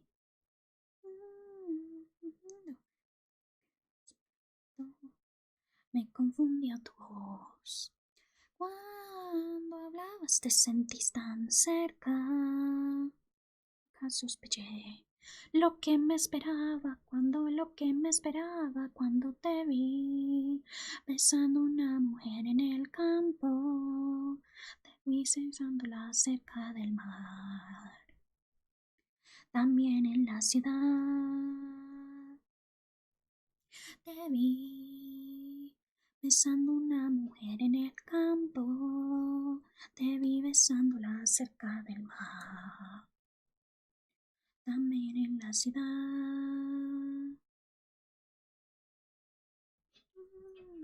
Entiendo, eso seguirá, seremos tan amigos. Seremos desde atrás de un cristal. Ay, piqué.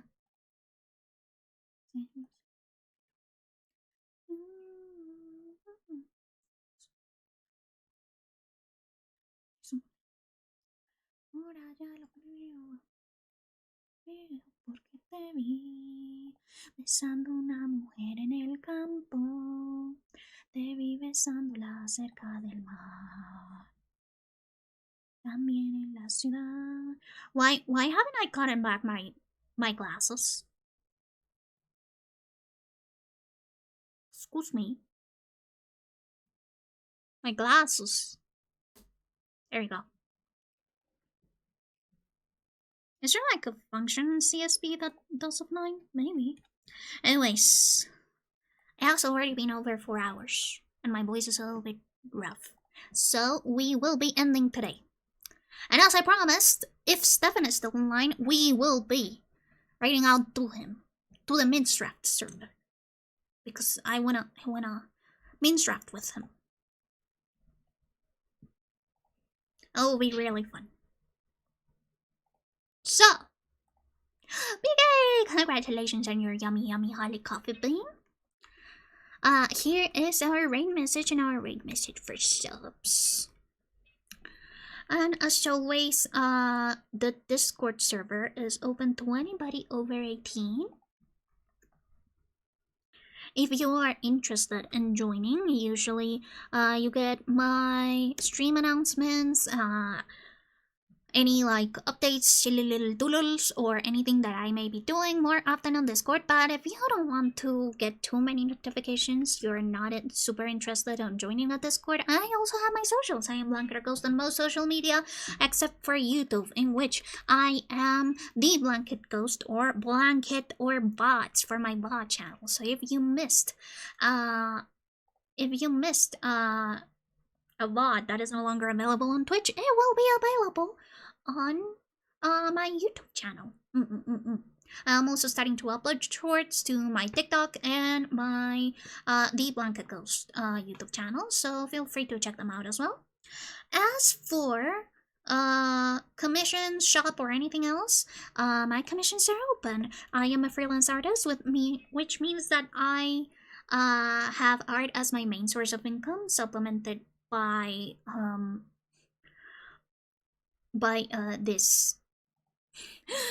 by streaming. So if you are interested in commissioning me, it will help me out a lot, or just spreading the word would also help out a ton. I'll see you guys Friday for more art, since we did do some gaming, and I'll see you guys later. I hope that you guys have a nice evening, afternoon, morning, night, wherever you are. And I hope to see you guys for another art stream. I will also be streaming Minecraft on Sunday. Bye-bye! Bye-bye! Bye-bye, everybody. Have a nice day. Bye!